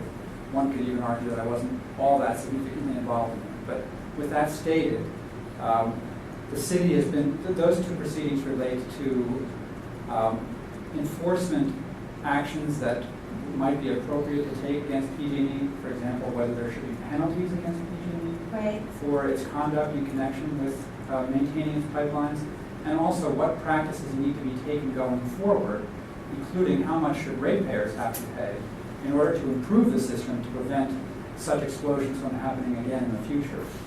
And both of those matters, of course, you can see are matters that ratepayers and consumers generally have a significant interest in, and of course the city has a significant interest, because we want to make sure that there's no such unsafe situation that lying beneath the streets and byways of San Francisco and it creates a hazard for citizens and businesses here in the city. And so you're saying, what is Turn's role like? Turn's role has very similar interests. Turn may have more of a focus, somewhat more of a focus on rate issues, but they're extremely concerned about safety as well, and making sure that PG&E is engaging in practices that make sure that our pipelines, transmission pipelines, are safe. Okay, so in all of these instances, the city has like an enforcement role, and Turn also has quasi-enforcement interest. The city's role, it may differ from proceeding to proceeding, but basically the city is looking out for the interests of its citizens and businesses, and also looking out for the interests of its energy operations that are handled by the San Francisco Public Utilities Commission. Okay, thank you.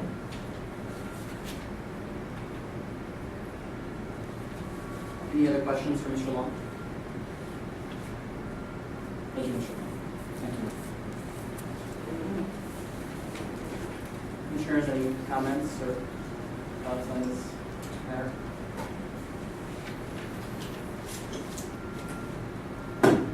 Well, I had been concerned until I saw that the city attorney's office is actually supportive of this. And if the city attorney's office is supportive of it and will waive the conflict under the professional rules of conduct, I certainly have no problem with that. And I feel similarly, in addition to the fact that we just grant a preliminary, sort of, and that the city attorney grants the final waiver on a case-by-case basis, so. I would recommend that we grant the legal along with the staff recommendation. I agree. Is there public comment on this matter? David Bilpel, I wanted to speak in support of this proposed waiver.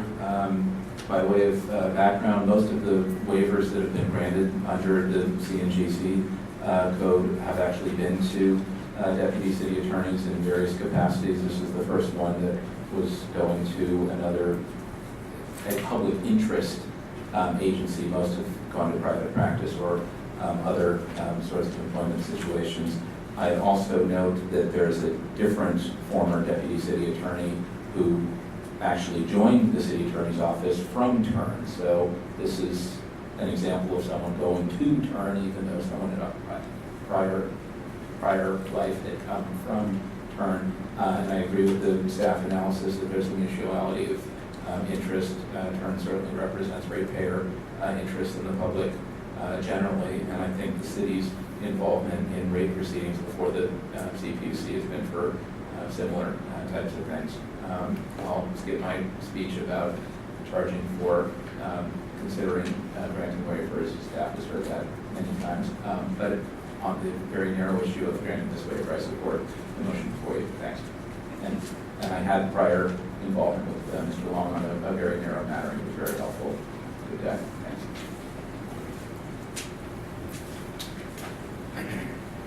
Is there a motion? I move that we grant the waiver. Second. All in favor? Aye. Aye. Motion passes. The next item on the agenda is consideration of possible amendment to Ethics Commission enforcement regulations. This is one of the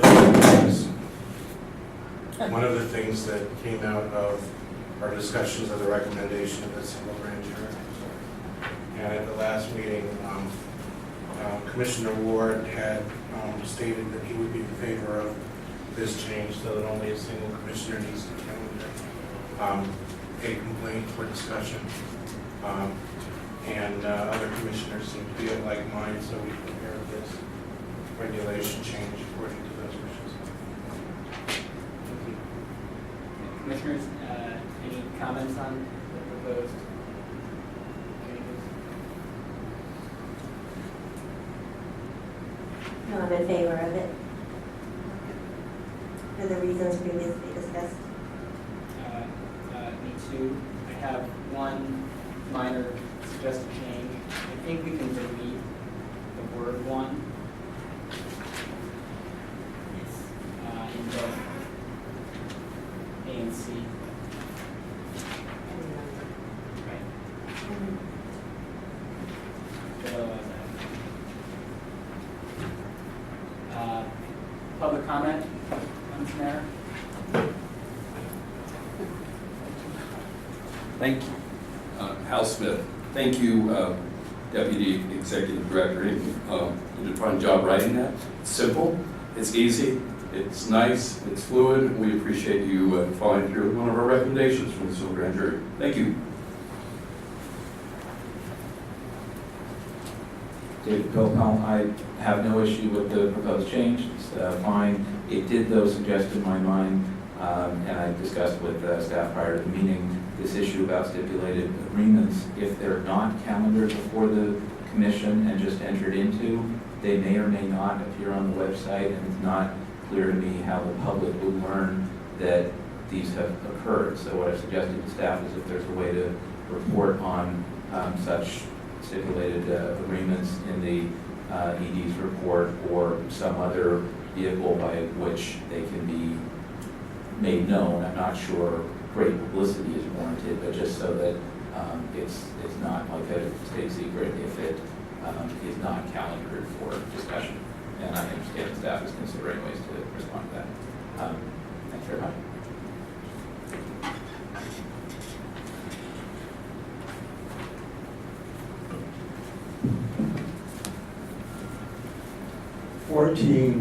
Referrals from the Sunshine Ordinance Task Force were dismissed under this former procedure.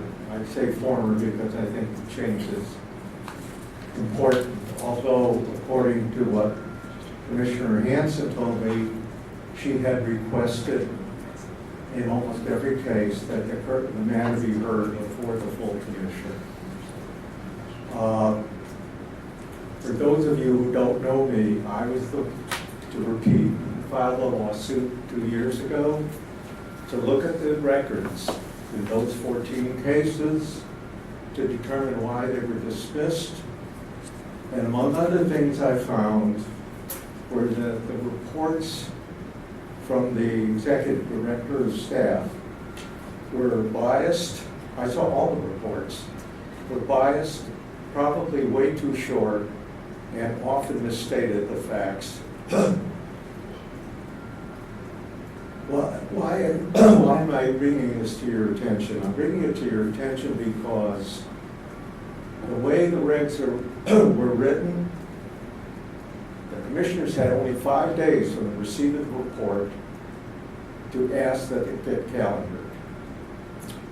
I looked at 14 files provided by Mr. St. Croix at the city attorney's office, and I could not find the date on which any of those reports were furnished to the commissioners, nor did I ever find any of Ms. Hanson's requests that they be calendared.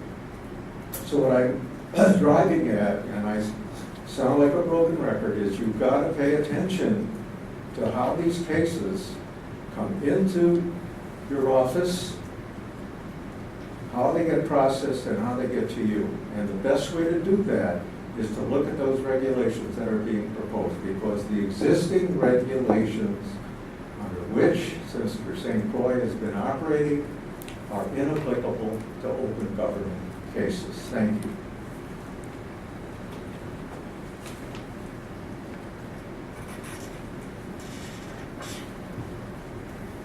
Is there a motion? I move that we adopt a change with the amendment that's been proposed by Chairman Kerr. Second. All in favor? Aye. Any opposed? Motion passes. The next item on the agenda is consideration of the annual report for fiscal year 2010 and 2011. Mr. Crowe, would you introduce this matter? Well, I think it speaks for itself. It's a bit shorter And in past years, reflecting the fact that we had additional staff turnover, very busy year with the mayor's race and so on. But be glad to listen to any suggestions, concerns, or changes or additions that the commissioners have.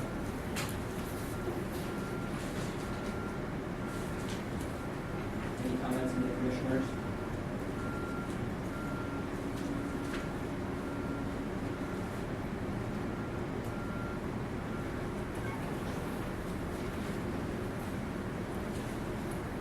Let me bring up the touchy subject. And that's the civil grand jury report. Would that have been included in this year?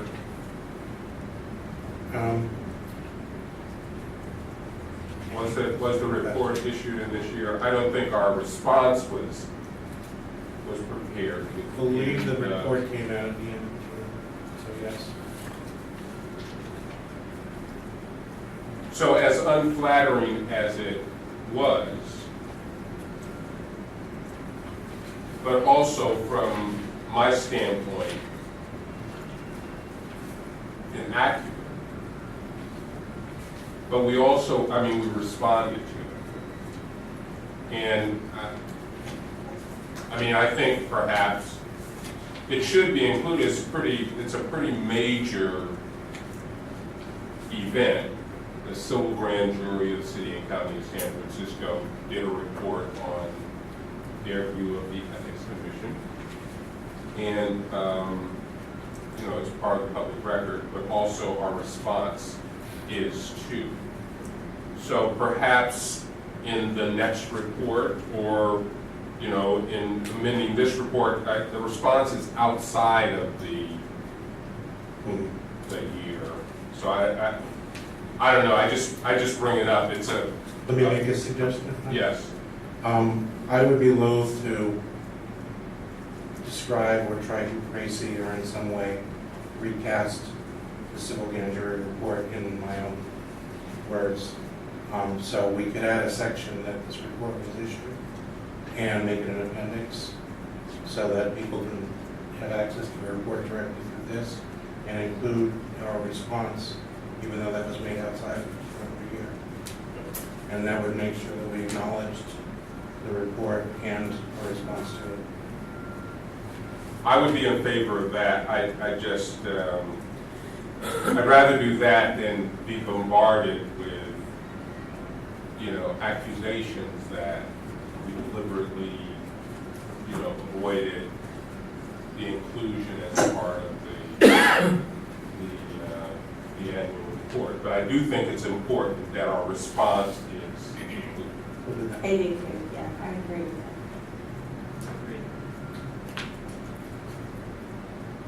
I had a question, a minor question.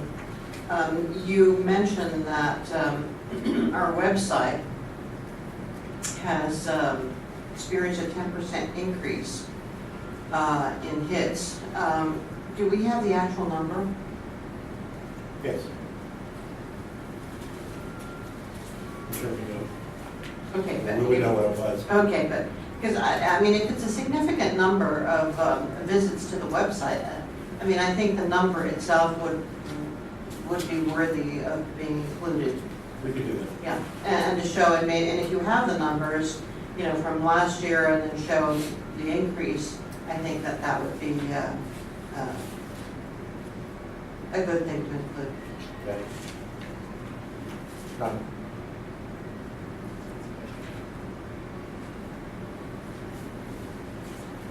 Any other suggestions or comments from the commissioners? While we're on the communication aspect, you have here to use a variety of ways to disseminate information, including Twitter, Facebook, YouTube, iTunes. Could we have more specificity? How and when did we use Twitter? And what are we doing with Facebook? I'm not asking for an extensive explanation, but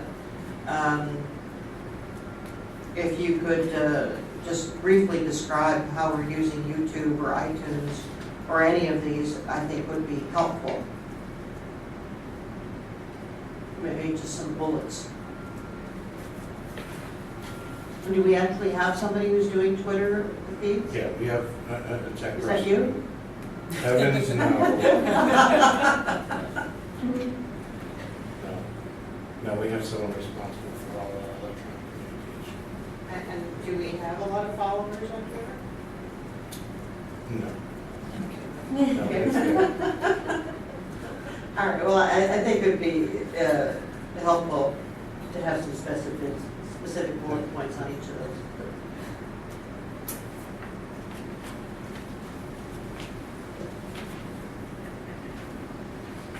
I had a couple very minor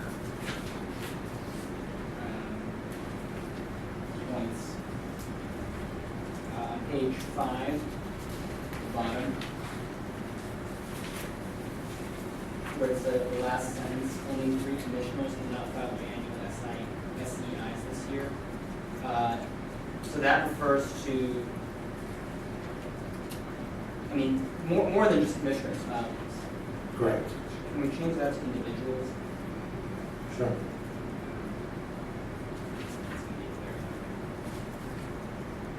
And my other change is on page 8. But is that accurate? Is it accurate that only 3 of the people who are supposed to file these things haven't filed? Or is it that 3 commissioners have not filed? If it is commissioners, should we leave it? Okay. Yeah, If if it's it not- is 3 commissioners, then leave it, but if it's not. Okay. Sorry, the other change was bottom of page 8. I think eternal should be ongoing. Under which number? I'm sorry? Page 8 and 4. Last one. Right at the last, No. the second last one.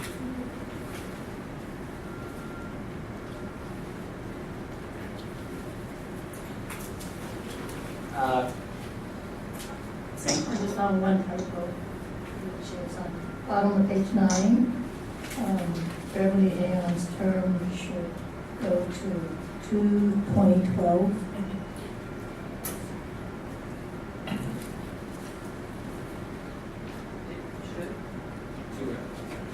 It says to 2/10/12.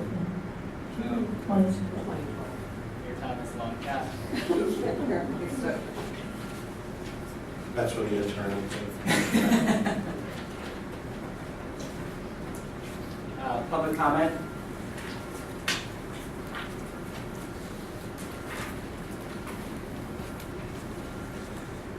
Hello, Commissioners. I just have 2 points. I think if you're talking about SEIs that have not been filed during this period of time, ending in June 30th, that there are more than 3.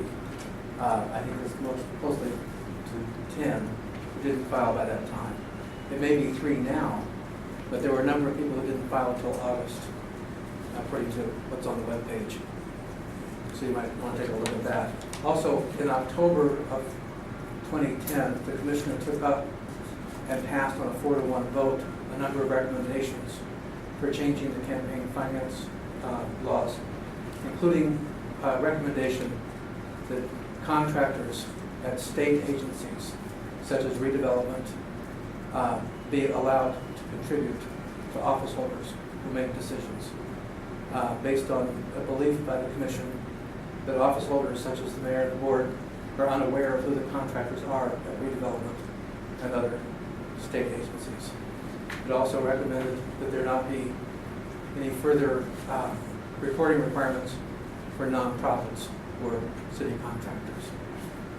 Those who I understand have not been acted on by the board, but I think it's important to note that this was an action that was taken by the Commission on a sensitive issue and remains to be acted on. Thank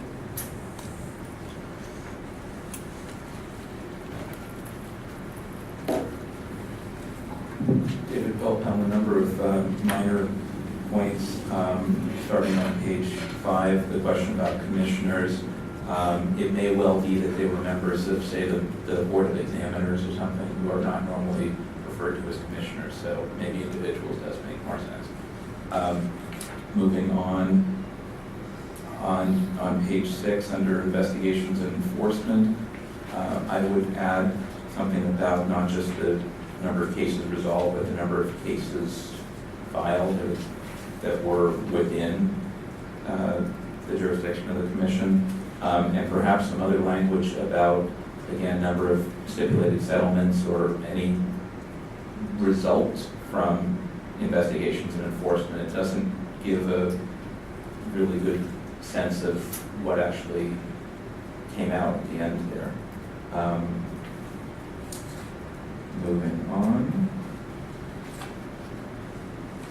page 7, advice and opinions, the second paragraph refers to the 3 informal advice letters. I would add a sentence that says essentially these advice letters and the response are available on the website, assuming that they are, in case anyone is interested. And actually, with respect to the civil grand jury, if you do choose to include reference to it, I would I would not attach it to the report. I think it stands on its own, and I think the commission's response stands on its own. I would reference those things and say the civil grand jury's report was issued, and a link is available, or it's linked on the website, and the commission's response is similarly available and linked on the website. I would not attach it to this report. I think this report stands on its own. I think I had one other bit here. On the bottom of page 9, I believe Commissioner Hansen's term actually ended in February of 2011. I think they all end in February, although she may have had another 60 days for the holdover provision. They do end in February, and I don't know when she filed the leave off. It doesn't say dates of term, it says dates of service. All right. I stand corrected. Other than that, I think it's a pretty thorough report, and I once again commend the commission on having such a thorough report. It would be nice if others outside this room actually read this. Thank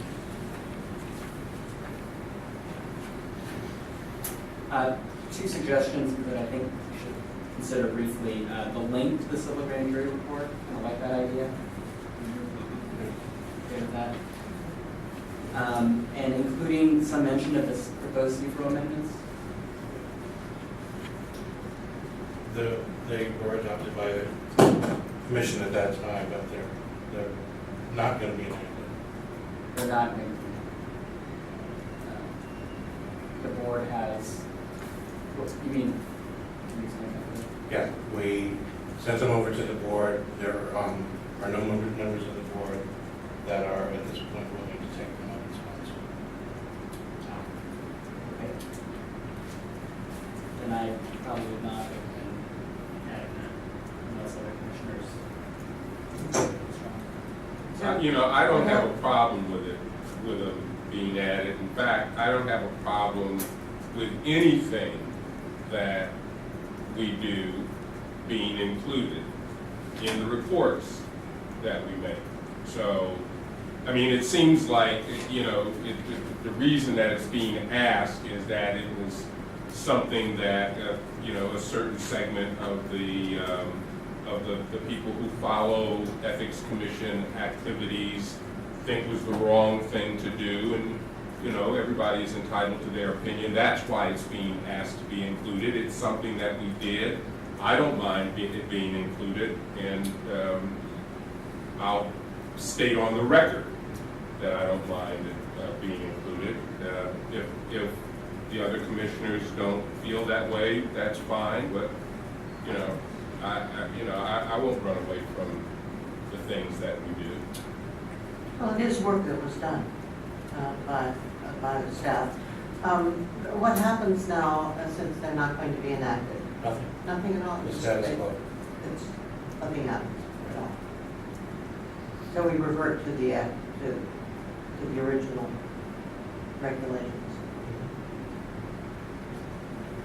I have no problem per se with adding that. I mean, I do think that this document should summarize the important aspects, and I agree with it. Yeah, I have no problem with that as well.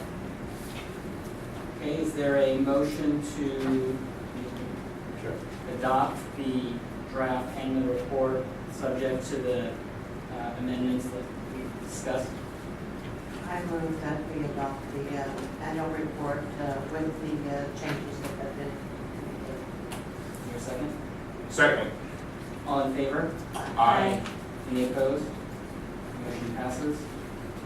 Next item on the agenda is minutes of the Commission's regular meeting of August 8th.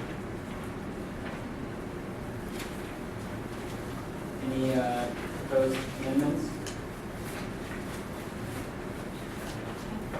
You, okay. Second amendment, apparently has one. Just a couple errors that were noted. Spelling of a name on page 5, Mr. Hennigan. And the 2 written statements need to be switched in order. Just wanted to bring that to your attention. Okay, thank you. Anything else? I think on page 6, the motion should be revised slightly, so I think it's a pretty complicated issue. And I think it should read, moved, seconded, and passed 5-0 that Mayor Edley is not a candidate by virtue of being sitting there at the time Progress for All was formed. Because I think we were pretty explicit on the limited bases for our motion. Does that make sense?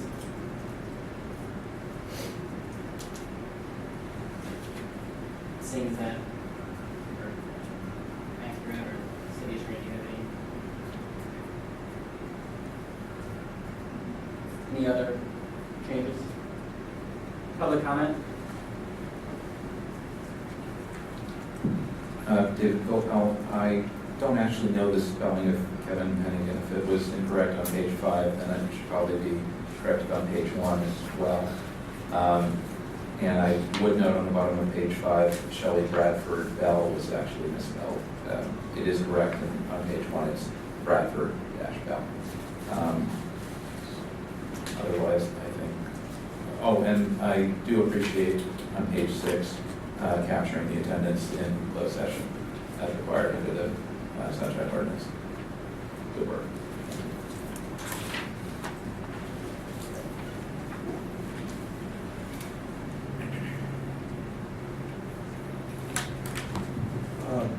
Alan Grossman again. The first thing is I'd like to request that the draft minutes be posted to the website. I didn't realize until this morning that the Commission didn't do that, but most other organizations do, and so I had to hurry up and ask for a copy, which Catherine provided me quite promptly. I have one or two additional thoughts. I want to pick up, though, on Mr. Ward's question to me at the end of, well, I thought at the end of the meeting, last meeting, about whether Mr. St. Croix's performance evaluation by the Commission should be public rather than in closed session. At that time, I said I thought I'd like to know the criteria that are used to evaluate his performance. As it turned out, I don't know the criteria, and I don't know what happened. I don't even know if the performance review is memorialized in some written way. But it's pretty clear to me that at least in the case of this organization and difficulties with the public's perception, or some of us, perception of the way the staff is administered, that it would have been very valuable to have had that evaluation done in public rather than in closed session. And the main reason is that without doing it in public, you don't get what I'm doing right now, which is public comment. I have probably as much experience with Mr. St. Croix and his staff work product as anybody other than the commissioners, and in one or two cases probably more because the commissioners have been recently appointed.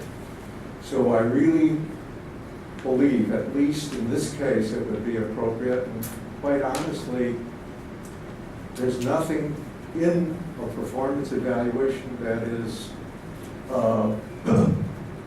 subject to the privacy rules, because the privacy rules only encompass very personal matters, and in the course of doing an evaluation, it's unlikely that you're going to ask for Mr. St. Croix or any employee's unlisted telephone number. So I will respond to Mr.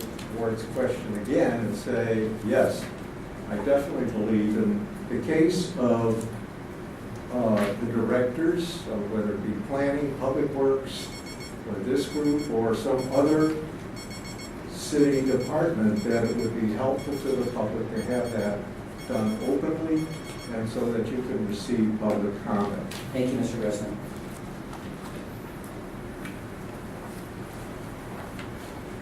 Just, excuse me, just two name changes. At the bottom of page 2, it's Hal, H-A-L, Smith, not Sal.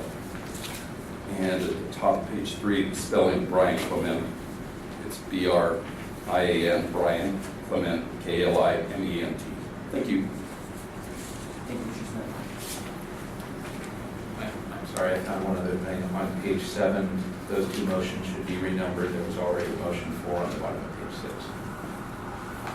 So they become 5 and 6 rather than 4 and 5.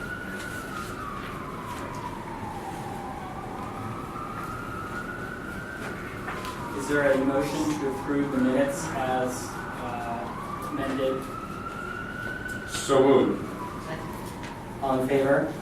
Aye. Any opposed? Motion passes. The next item on the agenda is the Executive Director's Report. Mr. St. Croix.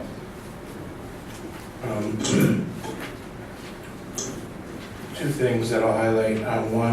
Item number 1, televised meetings. Also something in follow-up to the grand jury report recommendation. All the information I have is essentially there. I did get a budget from SGTV. Again, it's not in the budget, but it's of a size that I could probably excise the funds from somewhere else. We need approval from various other departments, the mayor's budget office, and so on, but hopefully that will be a formality.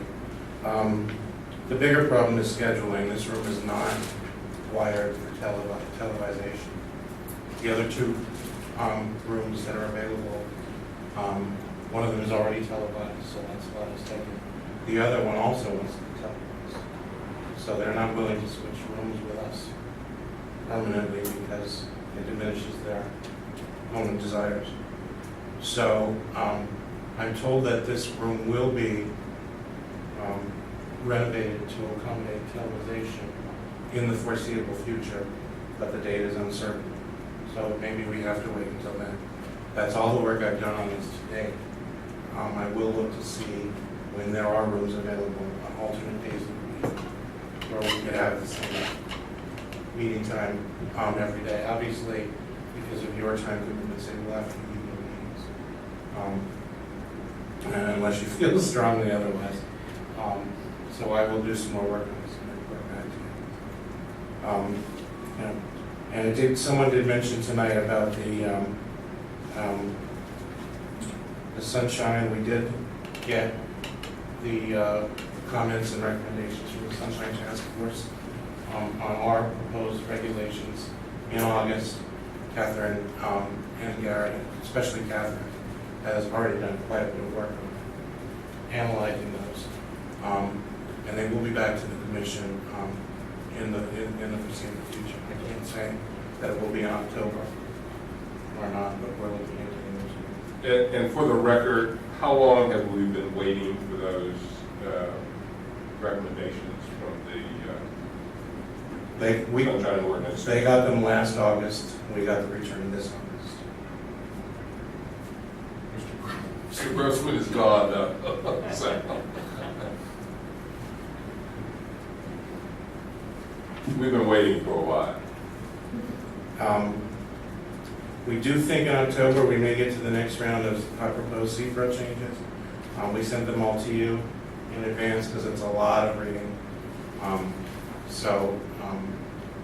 You have homework to do at some point. That's it for highlights.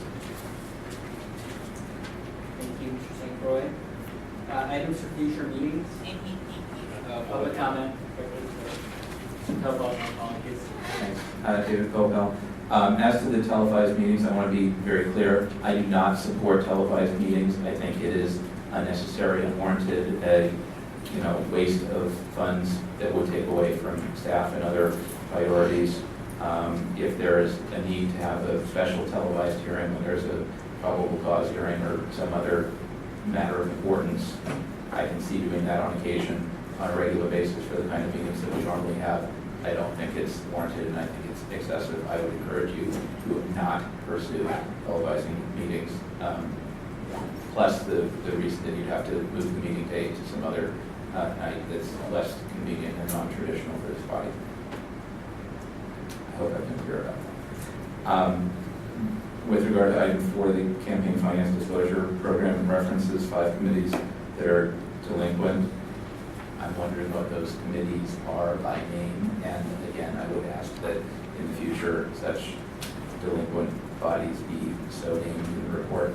And on page 3, item 6, I want to thank you very much for including the summary of the ballot measure Prop F in the ED's report, perhaps in response to the prior comments that I made. Thank you.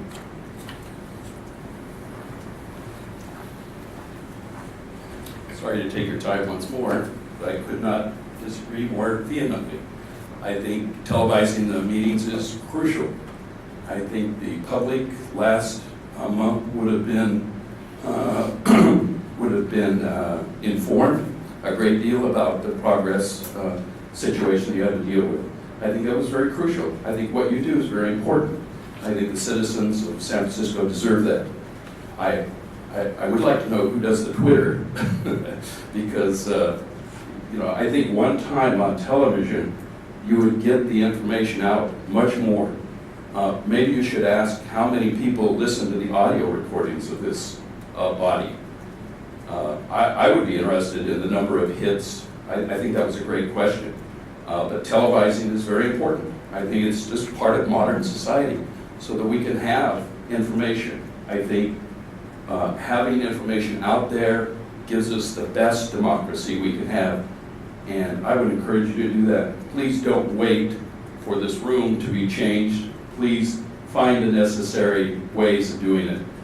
If another meeting room is available on another night, then please do that. I think it's one of those things that San Francisco citizens would really respond to.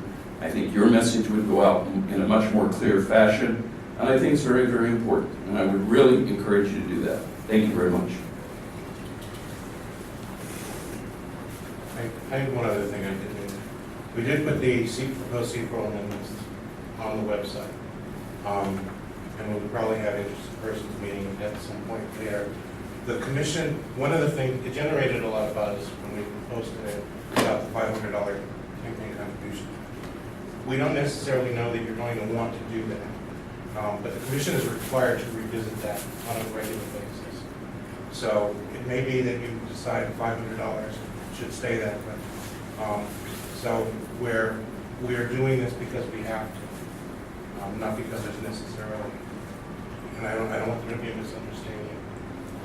The staff has posited an alternative that would make it automatic. It will be up to the will of the commission to make the I Items for future meetings. Public comment on items for future meetings. Public comment on matters appearing or not appearing on the agenda that would be the jurisdiction of the Ethics Commission. Is there a motion to adjourn the meeting? So moved. All in favor? Aye. Any opposed? Meeting is adjourned.